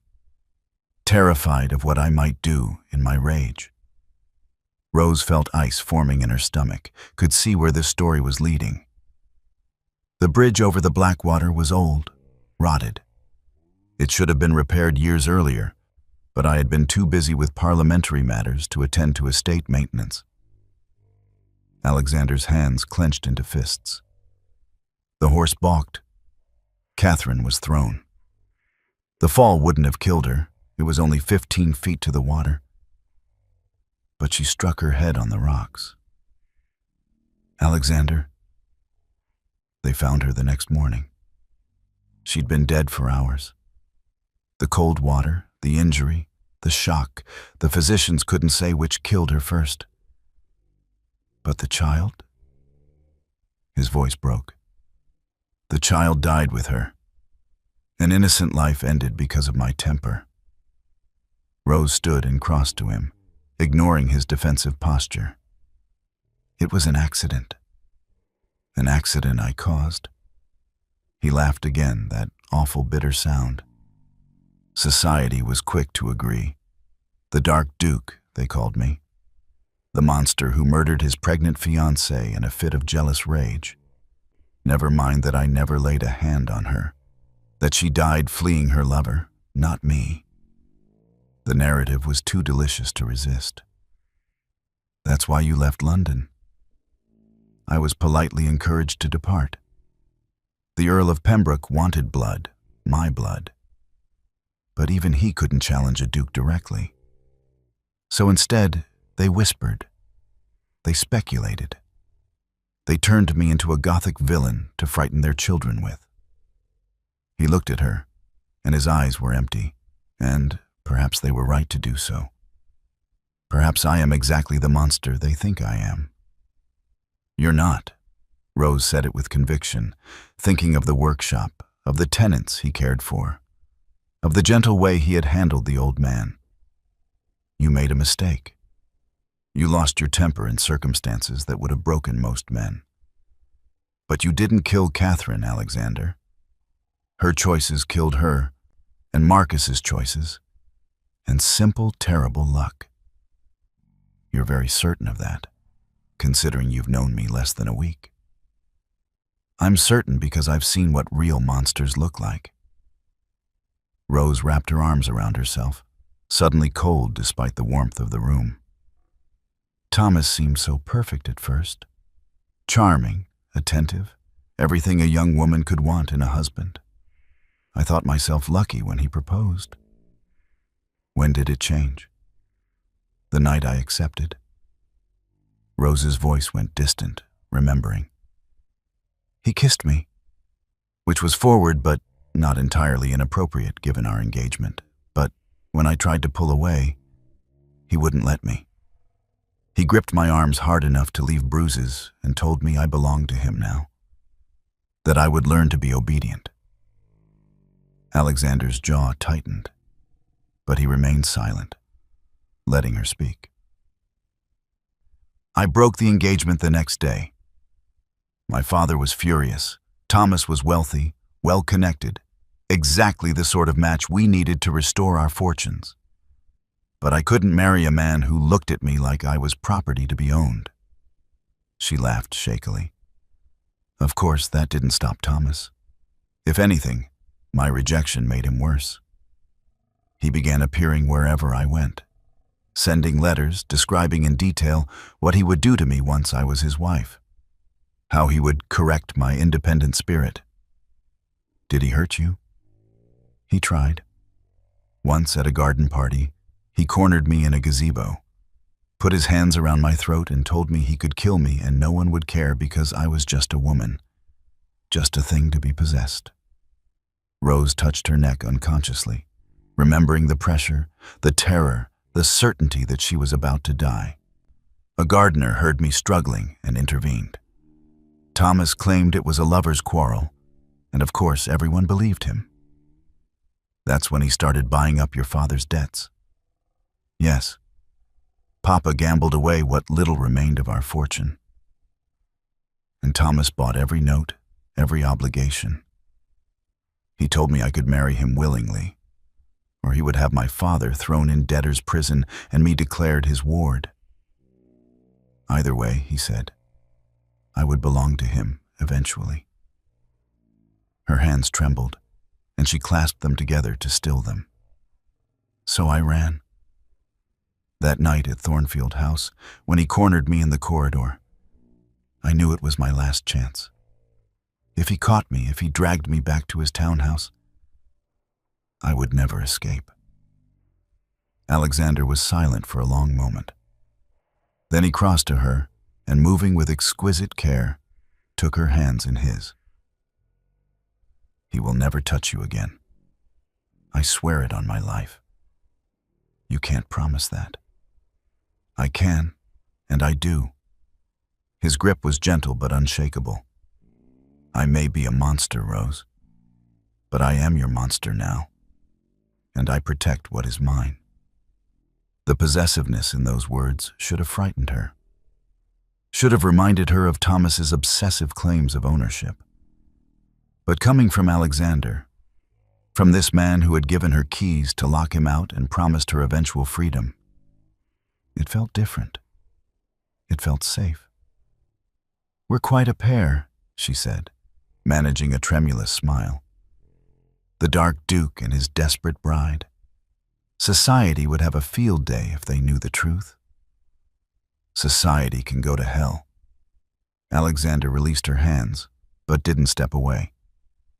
"We have survived worse than their whispers, you and I. We will survive this too. Will we?" Rose looked up at him, at his scarred face and haunted eyes, and felt something shift in her chest.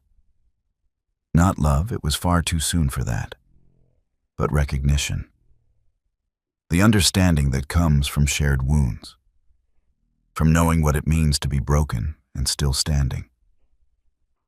Sometimes I wonder if survival is enough. What more would you want? Peace, perhaps? Or purpose? A reason to do more than simply endure. She gestured at the window, at the wild moors beyond. "Your mother tried to build a garden in this wilderness. She failed, but she tried. That seems braver than mere survival." Alexander was quiet for a moment, studying her face in the moonlight. Then he said, "The morning after Catherine died, I stood on these battlements and considered jumping. It would have been easy. Quick, an end to the guilt and the whispers and the crushing weight of being me."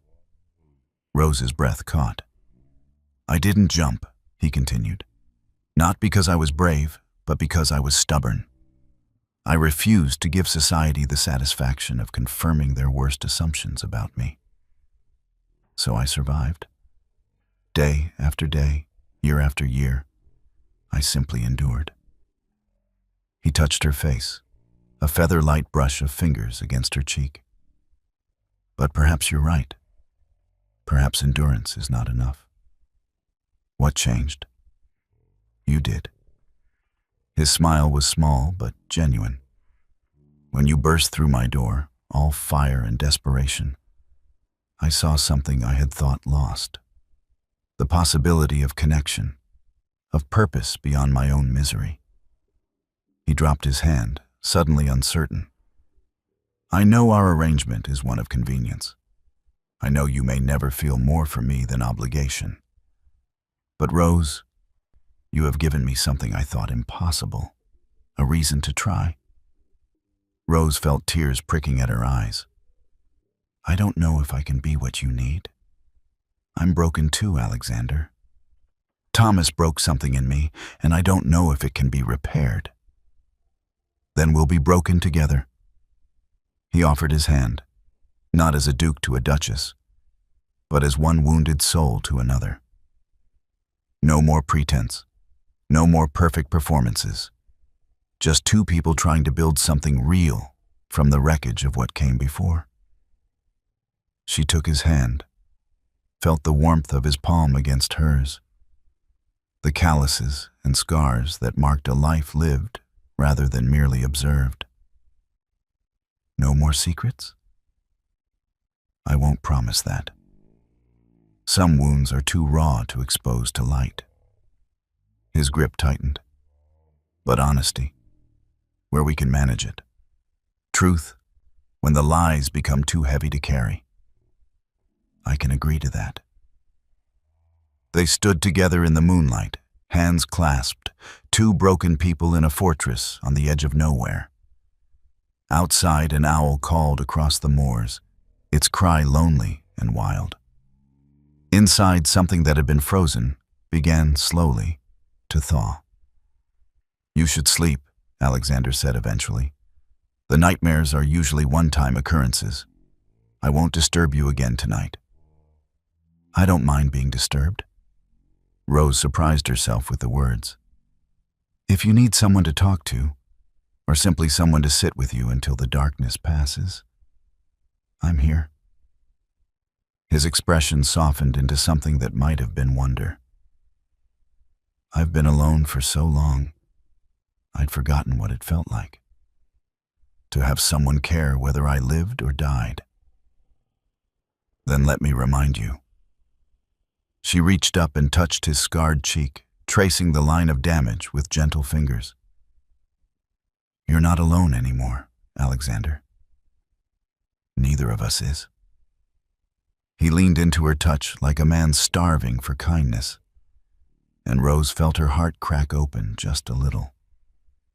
This was dangerous territory, caring for the man she had married out of convenience, feeling tenderness toward the monster society had painted him as.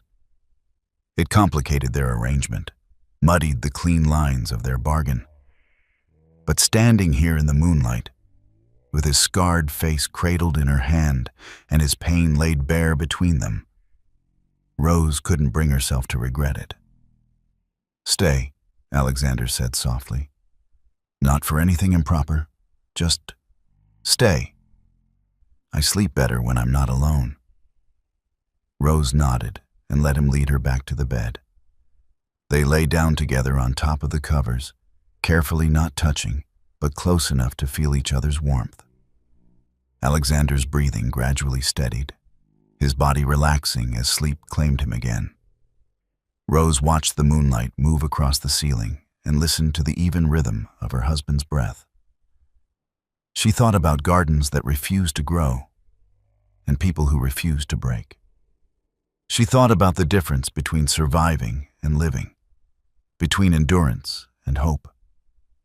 And somewhere in the quiet dark, surrounded by stone walls and wild moors, Rose Ravenscroft began to believe that perhaps, against all odds, they might find a way to do more than simply survive.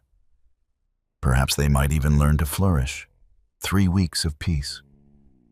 That was all they were granted. Rose had begun to settle into the rhythms of Ravenscroft Manor, finding unexpected comfort in its austere routines. She spent her mornings in the library, afternoons visiting Alexander's workshop or walking the moors, and evenings dining with her husband in companionable silence that had grown warmer with each passing day. The nightmares still came occasionally, for both of them, but they had fallen into the habit of seeking each other out in the darkness, talking until dawn, or simply sitting together until the demons retreated. She had even begun sketching plans for a garden, inspired by Alexander's mother's journals. Nothing ambitious, just a small walled space on the southern side of the manor where the stone might provide shelter from the harsh northern winds. Alexander had listened to her ideas with an attention that made her pulse quicken, and had promised to have the groundskeeper begin preparing the soil come spring. It felt dangerously close to happiness. Then the writer came. Rose was in the conservatory, a glass-roofed room that Alexander's mother had built for her failed horticultural experiments, when she heard the commotion in the courtyard. She looked up from the seed catalog she'd been studying to see a mud-splattered horse being led away by a groom, and a man in travel-stained clothes speaking urgently with Graves. Something cold settled in her stomach. She found Alexander in his study, the writer's message spread across his desk. His face was carved from granite, his pale eyes blazing with an anger she had only glimpsed before. When he looked up at her entrance, she saw murder in his expression. "What's happened?" she asked, though part of her already knew. Thomas Reed has been busy. Alexander's voice was deadly calm, which was somehow more terrifying than shouting would have been. It seems settling your father's debts was not sufficient to satisfy his obsession. He pushed the letter toward her. Rose picked it up with trembling fingers and read the cramped, urgent handwriting, a report from Alexander's London solicitor. Thomas had been quietly purchasing obligations throughout London for the past 3 weeks. Not gambling debts this time, but business ventures, property mortgages, commercial loans. He had bought up half the shipping concerns in the Thames, several banking interests, and a disturbing number of promissory notes from various members of Parliament. And he was calling them all due, simultaneously. "I don't understand," Rose said, though the cold dread in her stomach suggested she understood perfectly. "What does this have to do with us?" "Everything." Alexander stood and moved to the window, his hands clasped behind his back with military precision. "Reed is engineering a financial crisis. If all these debts come due at once, it will create a panic in the markets. Banks will fail. Businesses will collapse. The economic damage will be catastrophic." "But why?" "Because he knows I sit on the banking committee in Parliament. He knows I have the authority to intervene, to extend payment deadlines or arrange emergency loans." Alexander turned to face her, and his expression was bleak. "And he's made it clear that he will trigger this collapse unless I deliver you to him." The words hung in the air like a death sentence. Rose sank into a chair, the letter crumpling in her nerveless fingers. He would destroy the entire economy just to possess me? Obsession is rarely rational. Alexander crossed to the sideboard and poured himself a measure of brandy with hands that shook slightly. "Your solicitor's report includes a personal message from Reed. Shall I read it, or have you heard enough?" "Read it." Alexander's jaw tightened, but he picked up a second sheet of paper and began to read in a flat, emotionless tone. "Your Grace, I trust you are enjoying my wife's company. I use the term wife loosely, of course, as we both know your marriage is nothing but a legal fiction designed to steal what belongs to me. Rose Everly was mine from the moment I first saw her, and she will be mine again. Your title and your money cannot change that fundamental truth." He paused, and Rose could see the effort it took him to continue. "I am prepared to be reasonable. Return Rose to me, unharmed and intact, and I will forgive this unfortunate incident. The debts will be restructured, the crisis averted, and we can all return to our proper places in society. Refuse, and I will burn London's economy to the ground and make certain everyone knows it was your fault. The dark duke who murdered his pregnant fiancée will be remembered as the man who destroyed England's prosperity to keep his stolen bride. I await your response. Thomas Reed." Silence filled the study like poison gas. Rose felt the world tilting beneath her, all the fragile peace she had built crashing down around her ears. She had known Thomas was obsessed, had understood he was dangerous. But this was madness on a scale she hadn't imagined possible. "You have to give me back to him," she heard herself say. "Absolutely not." Alexander's response was immediate and absolute. "You don't have a choice. If what he's threatening is true, if he really can cause that kind of damage, then I will find another way to stop him." Alexander set down the letter with careful precision, as if afraid he might tear it to shreds otherwise. "I will not hand you over to that monster, Rose. Not for all the banks in England. It's not just banks. It's people's livelihoods, their savings, their futures." Rose stood, wrapping her arms around herself to stop the shaking. How many families will be ruined if this crisis happens?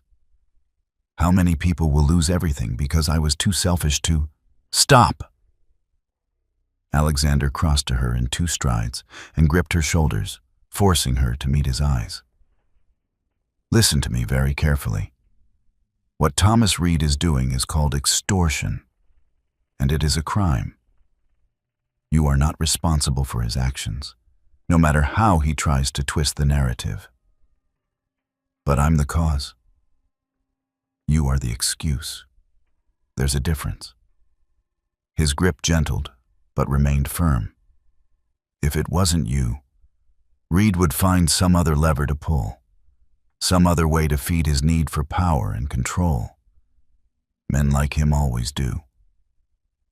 Rose wanted to believe him, but the weight of potential catastrophe pressed down on her lungs. What are we going to do? We? Alexander's expression softened fractionally.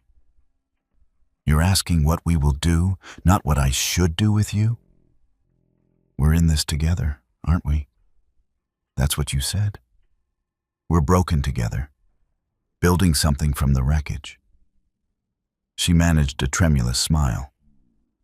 I'm not going to abandon you to fight my battles alone. Something fierce and bright flared in Alexander's eyes. He pulled her into an embrace that was fierce and protective, and Rose let herself lean into his strength, breathing in the scent of sandalwood and safety. We fight, he said quietly against her hair. We find a way to break his power without giving him what he wants. How? I don't know yet. He pulled back enough to look at her face. But I have resources, Rose. Information networks, political allies, financial instruments that Reed can't possibly anticipate. He may have engineered this crisis, but he's also exposed himself in doing so. Extortion of a peer of the realm is a hanging offense. You'd see him executed? Without hesitation. The coldness in Alexander's voice sent shivers down her spine. He threatened you. Threatened our peace. Threatened to use innocent people as pawns in his sick game. Yes, Rose, I would watch him hang and sleep soundly afterward. A knock at the door interrupted them. Mrs. Blackwood entered, her expression grave. Your Grace, there's another rider, from London. He says the matter is urgent. Alexander and Rose exchanged glances. Send him in. The man who entered was clearly exhausted, his clothes covered in road dust and his face haggard. He bowed quickly to Alexander. Your Grace, I bring word from Lord Hartwick. He says to tell you that Reed has made his first move.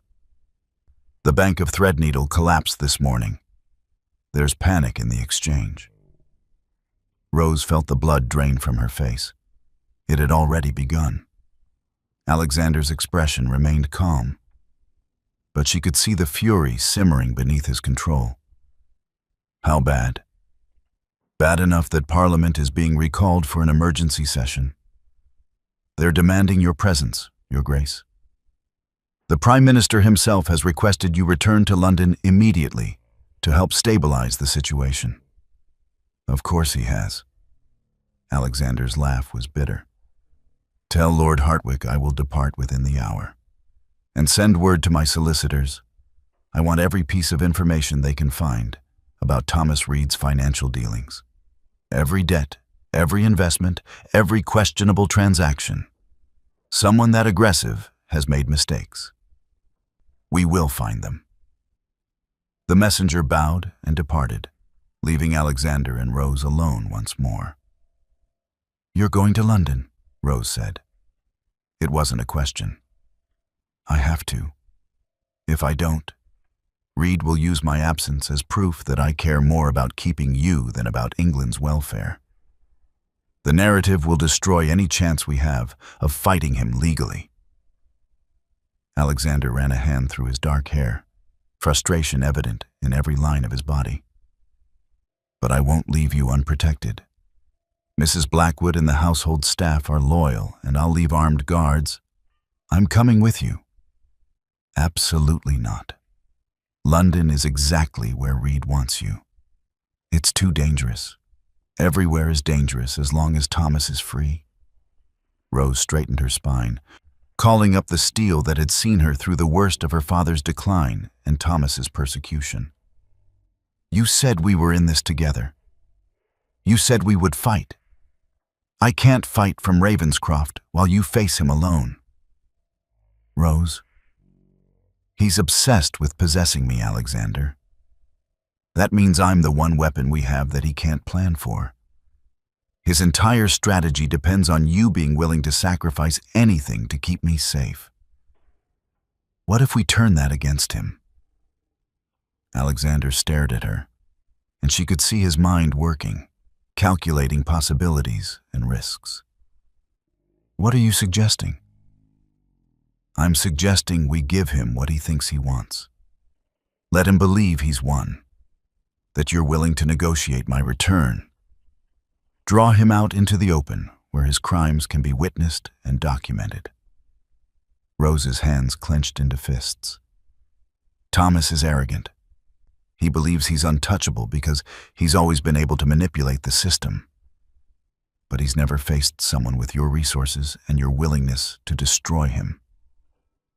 You want to use yourself as bait. I want to end this.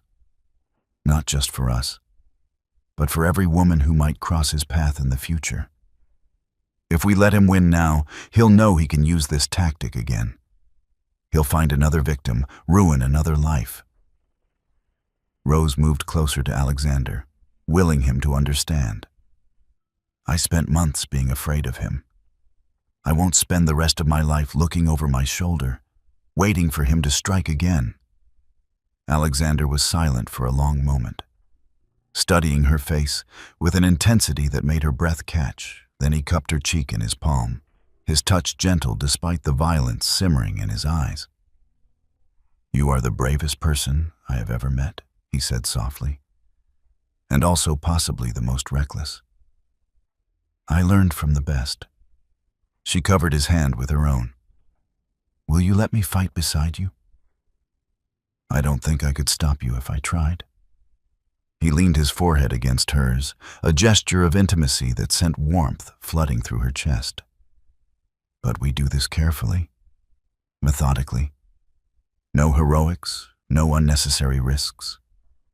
We gather evidence, build a legal case, and destroy Thomas Reed using the very system he thinks he's mastered.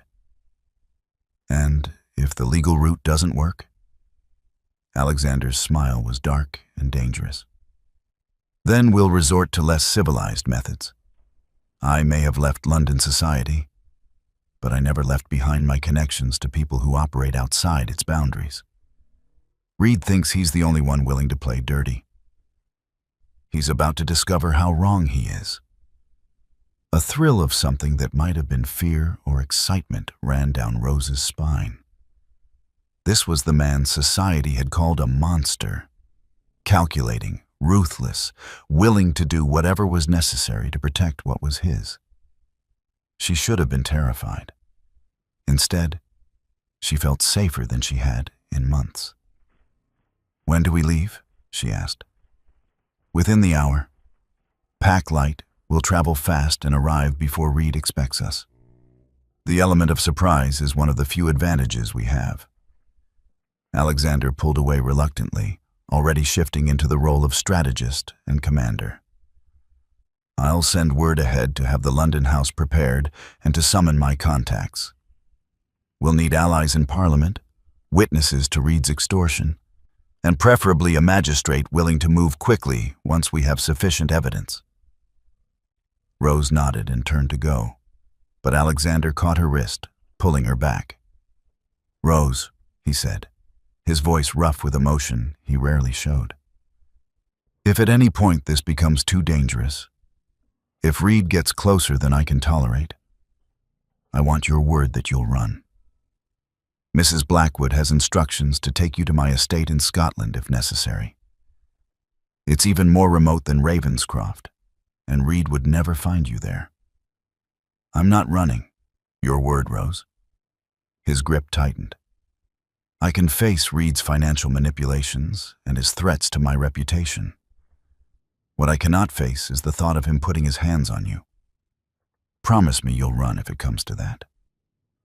She saw the fear beneath his determination, the nightmare of Catherine's death still haunting him.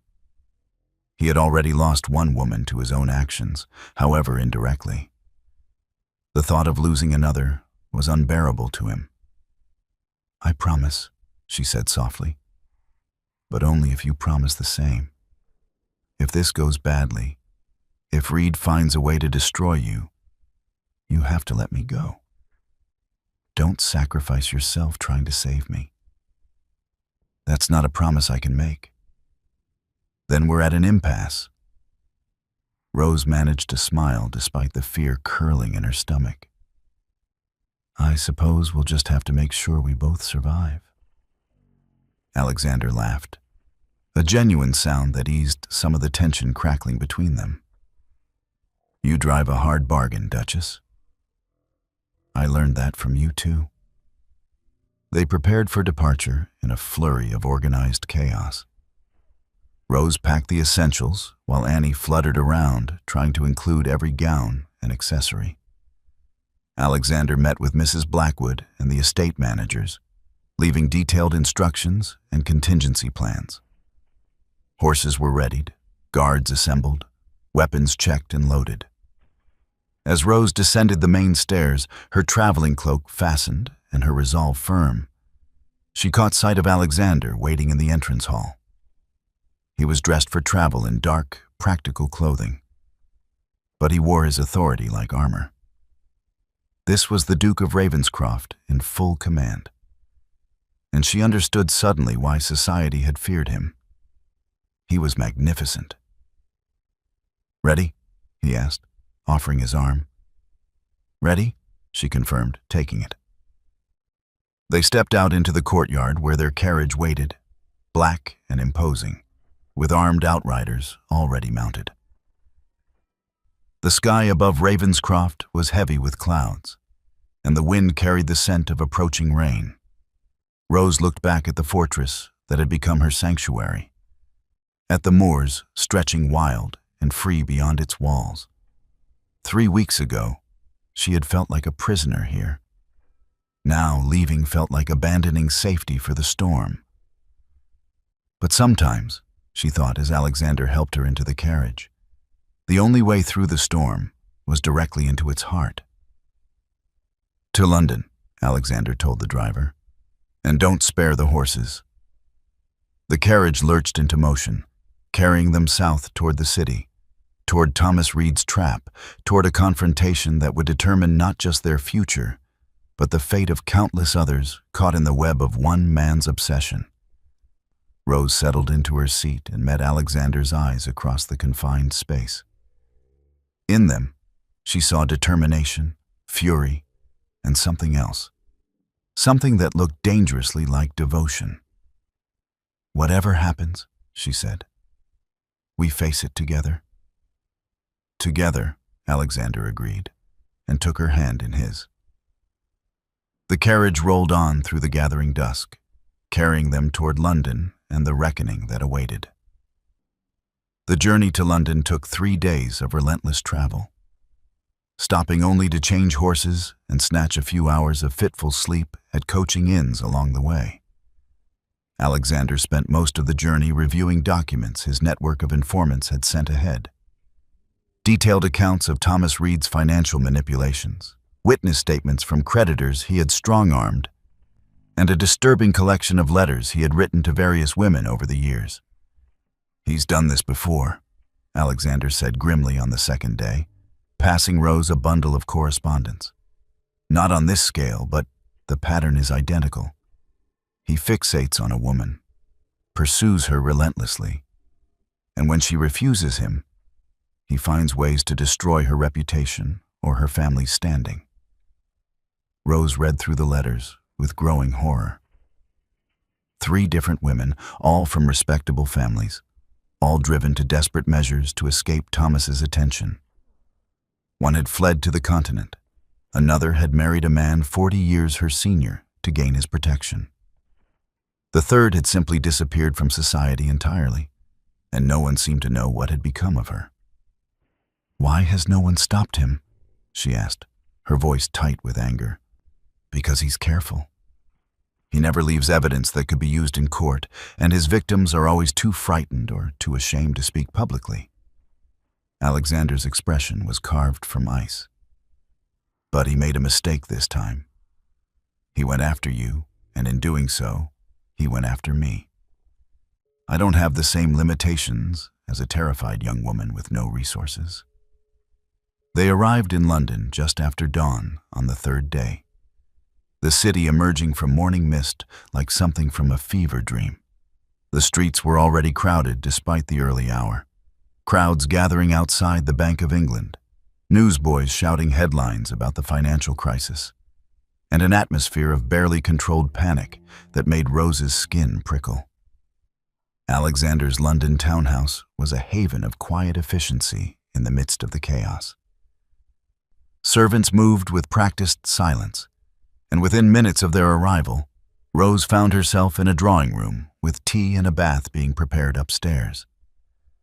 "Rest," Alexander said, though he looked like he hadn't slept in days himself.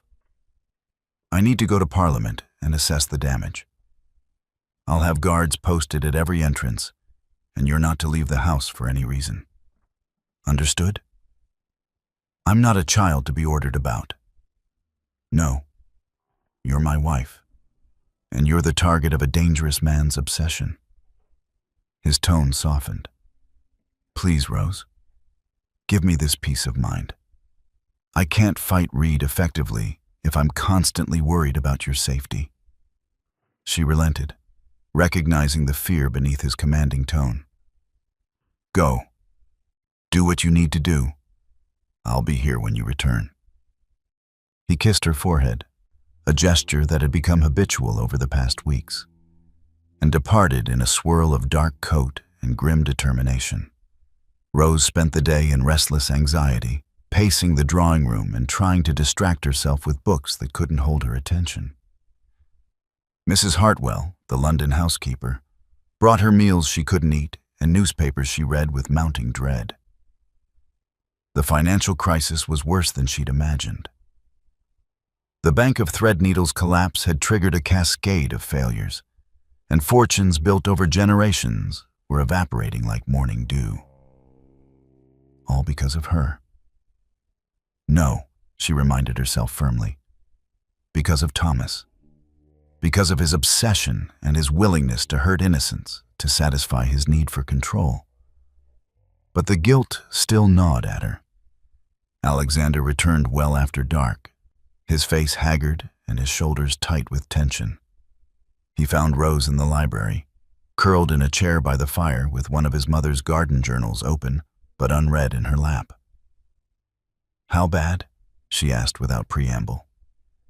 "Catastrophic." He poured himself a brandy and drank it in one swallow. 7 banks have failed. Parliament is in an uproar.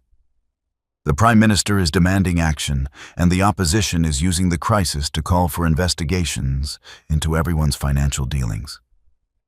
It's complete chaos. And Thomas? Sitting in the gallery watching the proceedings with a smile on his face. Alexander's hands clenched around the empty glass. He knows exactly what he's doing. Every time someone proposes a solution, he finds a way to block it through one of his purchased proxies. He's enjoying this. The power, the destruction, the knowledge that he's holding the entire economy hostage. Rose set aside the journal and went to him. "Did you find anything we can use against him?" "Possibly." Alexander set down the glass and pulled a letter from his coat. One of Reed's former business partners is willing to testify that Reed forged documents to acquire some of the debts he's now calling due. It's not much, but it might be enough to bring charges of fraud. Might be. Reed has friends in the magistracy. Getting a warrant issued will be difficult, and even if we succeed, he'll have time to destroy evidence and intimidate witnesses. Alexander's frustration was palpable. "We need something more damning." Something so public and undeniable that even his connections can't protect him. Then we give it to him. Rose took a breath, steeling herself. You said he was watching from the gallery today. He wants to see you squirm, wants to savor his victory. What if we arrange a meeting? Tell him you're willing to negotiate. Absolutely not. I told you. You told me we would do this carefully and methodically. This is both. Rose gripped his arms, forcing him to focus on her rather than his anger. Think about it, Alexander. If we can get him to openly threaten me in front of witnesses, if we can make him explicitly connect his financial manipulations to his demand for my return, we'll have evidence that can't be disputed. It's too dangerous. If something goes wrong, then you'll be there to stop it. She softened her tone, trying to reach past his protective instincts to his strategic mind. You've spent 3 days gathering evidence and building legal cases. How much longer will that take? How many more banks will fail while we're being careful? Thomas is counting on you being paralyzed by the need to protect me. Let's use that against him. Alexander pulled away from her, pacing to the window where he stood staring out at the darkened street. Rose waited, letting him work through the calculations, the risks, the possibilities. She was learning to read him, the way his shoulders tensed when he was afraid, the slight tightening of his jaw when he was considering something he didn't want to accept. If we do this, he said finally, still not looking at her, it will be on my terms. In a location I control, with people I trust positioned to intervene if he tries anything. And at the first sign that he's going to hurt you, we abort. No arguments. Agreed. He turned to face her, and his expression was anguished. I can't lose you, Rose.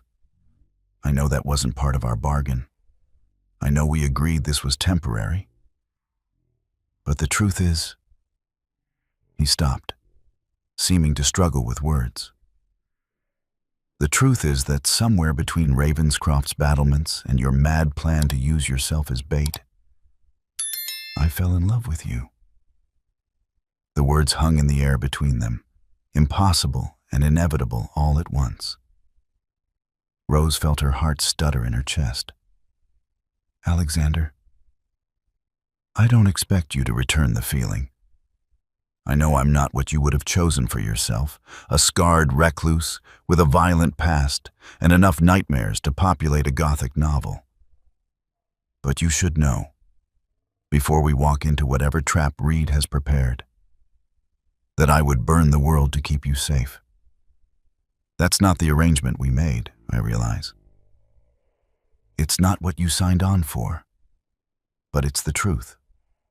Rose crossed to him, her mind reeling. She had known their relationship was changing, had felt the shift from convenient arrangement to genuine partnership. But love? That was supposed to be impossible. She had married him to escape Thomas, had agreed to play the devoted wife for a year or two before seeking her freedom. Except that somewhere along the way, the performance had become real. She thought of his gentleness with his tenants, the way he had held her through her nightmares without asking for anything in return. She thought of garden journals left on her table, and the fierce protectiveness in his eyes when he spoke of her safety. She thought of late-night conversations where they had peeled back their armor and shown each other the wounds beneath. You're right, she said softly, reaching up to touch his scarred face. You're not what I would have chosen. She saw him flinch, saw him start to pull away, and tightened her grip. I would have chosen someone safe. Someone who wouldn't challenge me or see past the mask I wore for society. Someone I could keep at a comfortable distance. She traced the line of his scar from temple to jaw, the way she had learned he found comforting. But Alexander, I don't want safe anymore. I don't want comfortable or distant or any of the things I thought I needed. Rose, I love you. The words came out fierce, certain, undeniable. I love your scars and your nightmares and the way you pretend to be a monster while secretly caring for everyone around you. I love that you gave me keys to lock you out and promised me freedom while hoping I would choose to stay. I love, her voice broke. I love that you see me as a person rather than a prize to be won. Alexander's hands came up to frame her face, his touch reverent and trembling. Say it again. I love you. Again.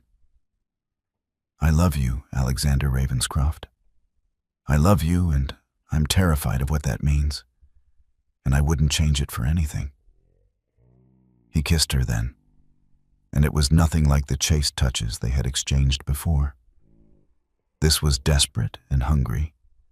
5 weeks of carefully maintained distance burning away in an instant. Rose gasped against his mouth, and he swallowed the sound, one hand tangling in her hair, while the other pulled her impossibly closer.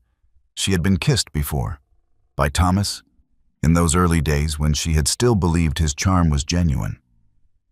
But Thomas's kisses had been about ownership, about marking territory and asserting dominance. Alexander kissed her like she was precious, like she was choosing to be there, and that choice was a gift he would never take for granted. When they finally broke apart, both breathing hard, Alexander rested his forehead against hers. I was prepared to let you go, he said roughly. When our arrangement ended, I was prepared to give you the freedom I promised and watch you walk away, even though it would have destroyed me. You won't have to. Rose threaded her fingers through his hair, anchoring him to her. I'm not going anywhere. Not after a year, not after 2. This is real, Alexander. We're real. We're also still facing a madman who wants to destroy us both. Then we destroy him first. Rose pulled back enough to meet his eyes. Together, as partners, as she hesitated over the word, then committed to it fully. As husband and wife, real ones, not the convenient fiction we started with. Something fierce and joyful flared in Alexander's expression.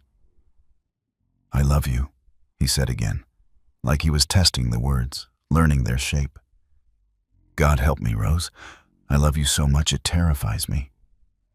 Good, she smiled, feeling tears prick at her eyes. Fear means you have something to lose, something worth fighting for. He kissed her again, softer this time, with a tenderness that made her chest ache. We should go upstairs, he murmured against her lips. If we're going to face Reed tomorrow, we should rest. I don't want to rest. Rose traced the line of his jaw, feeling bold and reckless and more alive than she had ever felt. We've been so careful, Alexander. Separate chambers and locked doors and all the proper distance we thought we needed. But I don't want distance anymore. She saw understanding dawn in his eyes, saw heat follow it. Rose, are you certain? We agreed to many things when we were strangers making a desperate bargain. But we're not strangers anymore. She took his hand and placed it over her racing heart. I'm certain. I want this. I want you. If tomorrow everything falls apart, if Reed finds a way to destroy us, I want to know what it feels like to truly be your wife. Tomorrow won't destroy us. Alexander's voice was fierce with conviction. I won't allow it. But Rose... His expression softened. I've wanted this. Wanted you since the moment you burst through my door with fire in your eyes. But only if you're truly sure. There's no going back from this. I don't want to go back. I want to go forward. She rose on her toes and kissed him with all the love and fear and desperate hope churning in her chest. Take me upstairs, Alexander. Make me your wife in truth." He swept her into his arms, literally lifted her as if she weighed nothing, and carried her toward the stairs. Rose laughed against his neck, giddy and terrified and absolutely certain this was right. They navigated the hallway with shared urgency, Alexander kicking his bedroom door closed behind them with a finality that sent shivers down Rose's spine. He set her down gently, his hands immediately going to the buttons of her dress. "If you want to stop," he said, his voice rough with desire and restraint, "at any point, just say so. I need you to know you're safe with me. Always safe." "I know." Rose covered his hands with hers, helping him with the stubborn fastenings. "I've never felt safer than I do with you." Their clothes fell away in a tangle of fabric and fumbling fingers, urgency tempered by tenderness. Alexander traced every inch of skin he exposed, as if memorizing her, and Rose found herself doing the same, learning the landscape of scars on his body, the stories written in old wounds and new muscle. When they finally came together, it was with a gentleness that stole her breath. Alexander moved with exquisite care, watching her face for any sign of discomfort, murmuring endearments against her skin. Rose had expected awkwardness. They were both so damaged, so armored against the world. But instead, there was only rightness. This was what it meant to be chosen, she realized.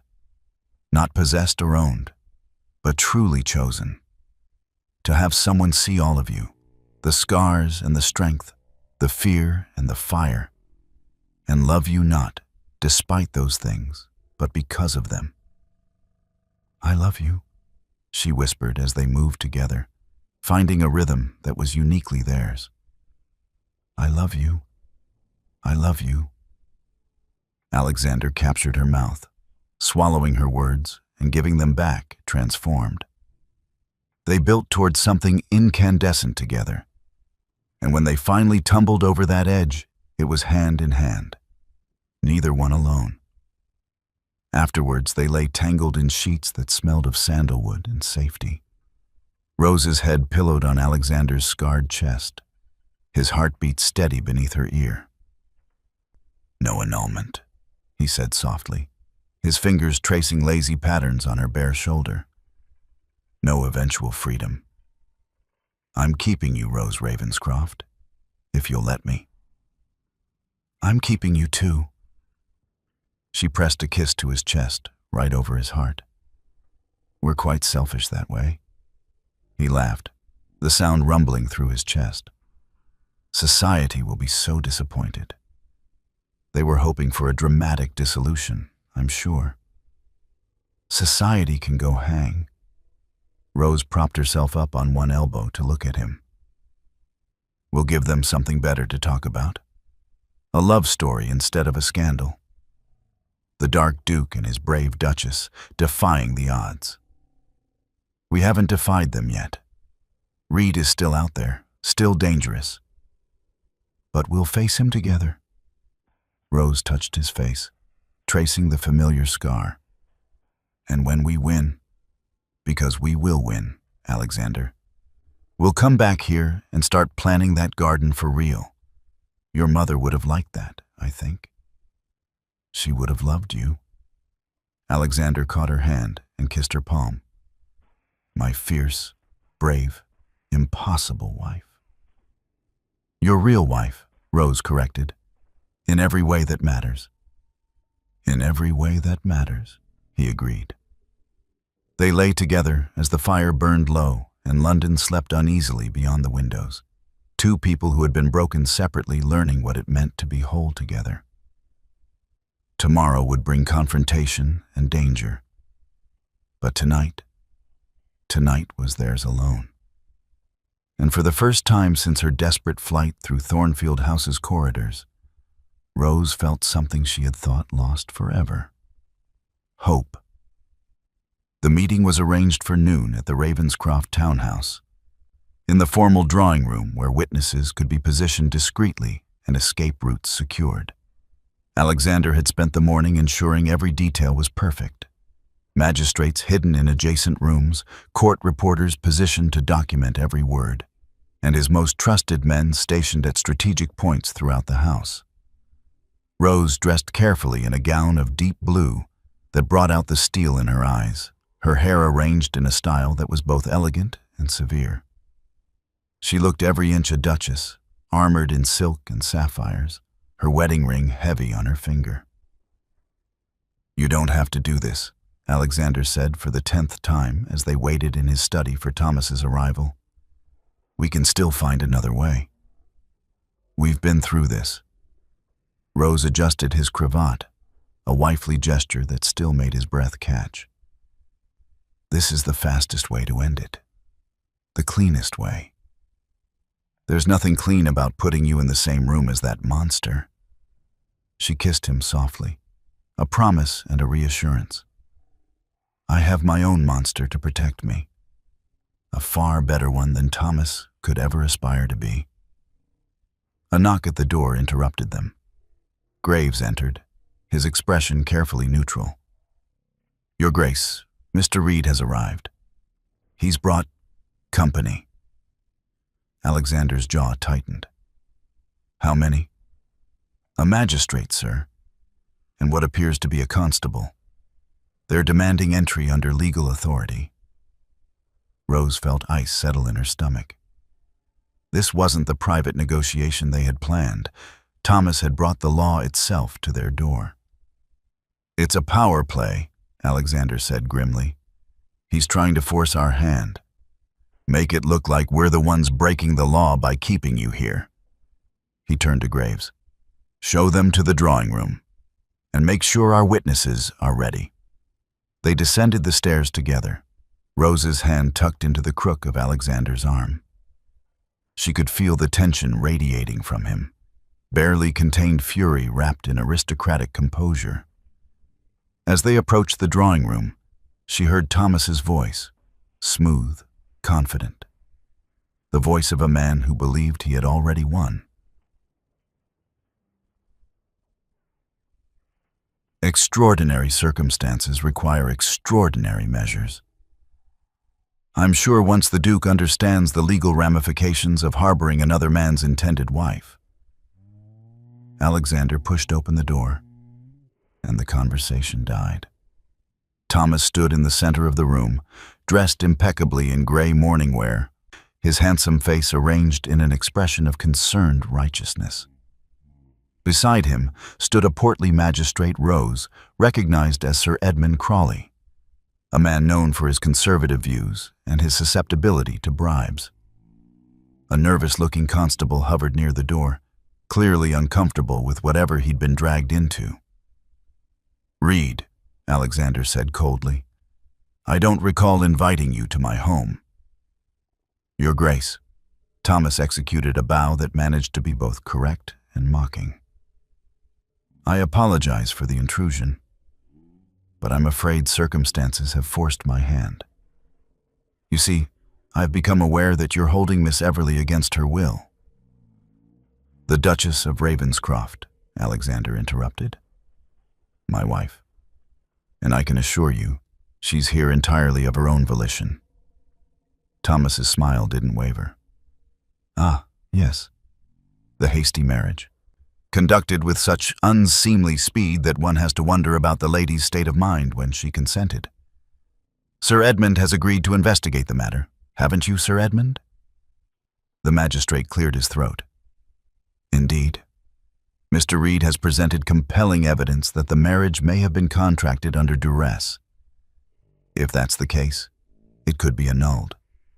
And Miss Everly—" "Duchess," Rose said sharply, stepping forward. "I am the Duchess of Ravenscroft, Sir Edmund, and I entered my marriage freely and gladly. Whatever evidence Mr. Reed has presented is fabricated." Thomas's eyes fixed on her with an intensity that made her skin crawl. "Rose, my dear, you don't have to pretend anymore. I know he threatened you, used your father's debts to coerce you. but you're safe now. I've brought the authorities to protect you." "Protect me?" Rose laughed, a sound sharp enough to cut. "From what, exactly? A husband who treats me with respect and kindness? Or perhaps you mean to protect me from the freedom to make my own choices?" "Your choices were influenced by fear and manipulation." Thomas took a step toward her, and Alexander immediately moved to intercept, placing himself between them. Thomas ignored him, speaking directly to Rose. "I have documented evidence of the Duke's violent past, his responsibility for his previous fiancée's death, the rumors of his unstable temperament. What woman in her right mind would choose such a man? A woman who recognizes the difference between true danger and society's gossip," Rose replied. "But you wouldn't understand that, would you, Thomas? You've spent so long manipulating narratives to your advantage that you've forgotten what truth looks like." A flicker of anger crossed Thomas's face before he smoothed it away. "Sir Edmund, if you would be so kind as to interview the Duchess privately, I'm certain she'll reveal the duress she's been under." "There will be no private interviews," Alexander said flatly. "My wife has stated her position clearly. If you have actual evidence of wrongdoing, present it. Otherwise, remove yourself from my property." "I'm afraid I can't do that." Thomas pulled a sheaf of papers from his coat. "I have here legal documentation establishing my prior claim to Miss Everly's hand.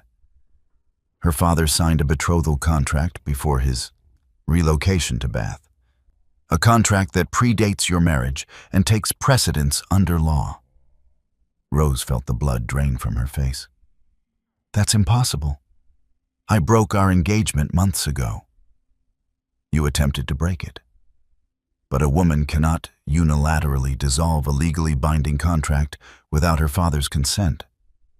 And your father, bless him, saw reason when I explained the situation." Thomas's smile was poisonous. "The contract is ironclad, Rose, which means your marriage to Ravenscroft is bigamous, null and void." Sir Edmund examined the papers with obvious discomfort. "This does appear to be legitimate, Your Grace. If the prior contract was properly executed, it wasn't." The voice came from the doorway, where a gray-haired solicitor Rose didn't recognize had appeared. "Forgive the interruption, Sir Edmund, but I am Mr. Pemberton, legal counsel to the Everly family, and I can assure you that no such contract exists." Thomas's composure finally cracked. "That's a lie. James Everly signed. He signed nothing." Pemberton moved into the room, carrying his own set of documents. "Mr. Everly has been my client for 20 years, Mr. Reed. Every legal document bearing his signature crosses my desk. I have no record of any betrothal contract between his daughter and yourself." "Then he executed it privately." "Impossible. A betrothal contract requires witnesses and legal registration to be valid. What you have there," Pemberton gestured to Thomas's papers, "is most likely a forgery. A rather good one, I'll admit, but a forgery nonetheless." The room erupted. Sir Edmund demanded to see both sets of documents. The constable looked increasingly alarmed, and Thomas's mask finally shattered completely, revealing the obsession and rage beneath. "This is ridiculous!" He turned on Rose, all pretense of civilized concern gone. "You belong to me. I've invested months in securing you, spent a fortune buying up your father's debts, engineered an entire financial crisis to force Ravenscroft's hand. And there we have it." Alexander's voice cut through the chaos like a blade. "Confession of extortion, conspiracy, and fraud, all witnessed by a magistrate and a constable. Graves, you may bring in the court reporters now." The door to the adjacent room opened, revealing 3 men with notebooks who had apparently recorded every word. Thomas stared at them, comprehension dawning slowly across his face. "You set a trap," he breathed. "I matched your strategy," Alexander corrected. "You wanted a public confrontation? I provided one, with official witnesses to document your crimes. You threatened to use the law against me? I brought the law into my home to hear your confession directly from your lips." Thomas lunged at Rose so quickly that even Alexander, prepared as he was, barely had time to react. But Rose had learned in the months of Thomas's persecution to recognize the signs of his violence. She was already moving, stepping aside as Alexander caught Thomas by the throat and slammed him against the wall with enough force to rattle the paintings. "You will never," Alexander said with deadly quiet, "touch my wife again." "Your Grace," Sir Edmund sputtered. "This is assault. This is defense of my household against an intruder who just confessed to extortion and attempted to forge legal documents." Alexander didn't release his grip on Thomas's throat. "Constable, I suggest you do your duty and place this man under arrest before I forget my civilized veneer entirely." The constable, looking relieved to have clear instructions, moved forward with his manacles. Thomas struggled, his face flushing with rage and oxygen deprivation. "You can't do this," he gasped. "I'll ruin you. I'll call in every debt, crash every bank, destroy the entire economy if I have to. You'll do nothing." Rose spoke quietly, but with absolute certainty. "Because you no longer have that power. While you were arranging this little theatrical performance, my husband's associates were seizing your assets under suspicion of fraud. Every debt you purchased, every banking interest you control, it's all been frozen pending investigation." Thomas's eyes widened. "That's not possible. I had safeguards." "You had accomplices," Alexander corrected, finally releasing him to the constable's custody. "And when faced with charges of conspiracy versus cooperation with the Crown, they proved remarkably willing to provide evidence against you. We have documentation of every forged document, every bribed official, every illegal manipulation of the markets." He smiled his terrible smile. "You wanted to play games with the law, Reed. You just discovered you're not very good at it." "Sir Edmund," the constable said nervously, "given the evidence and the confession I've witnessed, I believe I should escort Mr. Reed to the magistrate's court for formal charges." Sir Edmund looked between Thomas's rage-twisted face and Alexander's cold satisfaction, clearly calculating which side would benefit his career more. "Indeed," he said finally. "Most irregular situation. Mr. Reed, I'm afraid you'll need to answer some rather serious questions." "This isn't over," Thomas snarled as the constable began leading him toward the door. "I'll find a way, Rose. You're mine. Do you hear me? Mine. You'll never be free of me." Alexander moved to block his view of Rose, his posture protective and absolutely final. "She was never yours, Reed. She chose me. Not because of contracts or debts or manipulation, but because I gave her what you never could, the freedom to choose." "She doesn't love you," Thomas spat. "How could she? You're a monster, a killer, and yet she loves me anyway." Alexander's voice softened. "That's the difference between us, Reed. You wanted to own her. I wanted her to be free, and in her freedom, she chose to stay." Thomas opened his mouth to respond, but the constable had finally managed to drag him into the hallway. His shouts echoed back through the house, gradually fading as he was removed from the premises entirely. Silence fell over the drawing room. Sir Edmund cleared his throat awkwardly. "Well, this has been most enlightening. I'll need statements from everyone present for the official record. Your Grace, if you and the Duchess could make yourselves available tomorrow Alexander said firmly. My wife has endured quite enough for one day. After Sir Edmund and the others had departed, promising to return in the morning, Rose and Alexander stood alone in the drawing room. Rose was trembling, the adrenaline that had sustained her through the confrontation finally draining away. "It's over," she whispered. "It's actually over." "Almost." Alexander took her hands in his. "There's one more thing I need to do." Before she could ask what he meant, he dropped to one knee before her. Rose's breath caught. "Alexander, what?" "I asked you to marry me once out of convenience and desperation. I offered you a bargain, an arrangement, a temporary solution to both our problems." His pale eyes held hers, intense and unwavering. "But Rose, I'm asking you again now. Not as a duke seeking social rehabilitation, but as a man who loves you beyond reason or wisdom.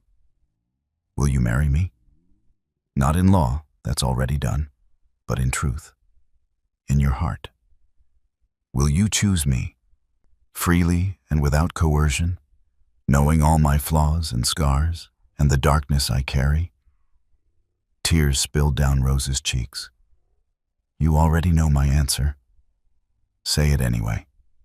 I need to hear it without duress or danger or any shadow of obligation."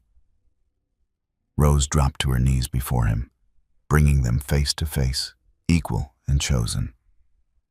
"Yes, Alexander Ravenscroft. I will marry you in truth. I will choose you every day for the rest of my life.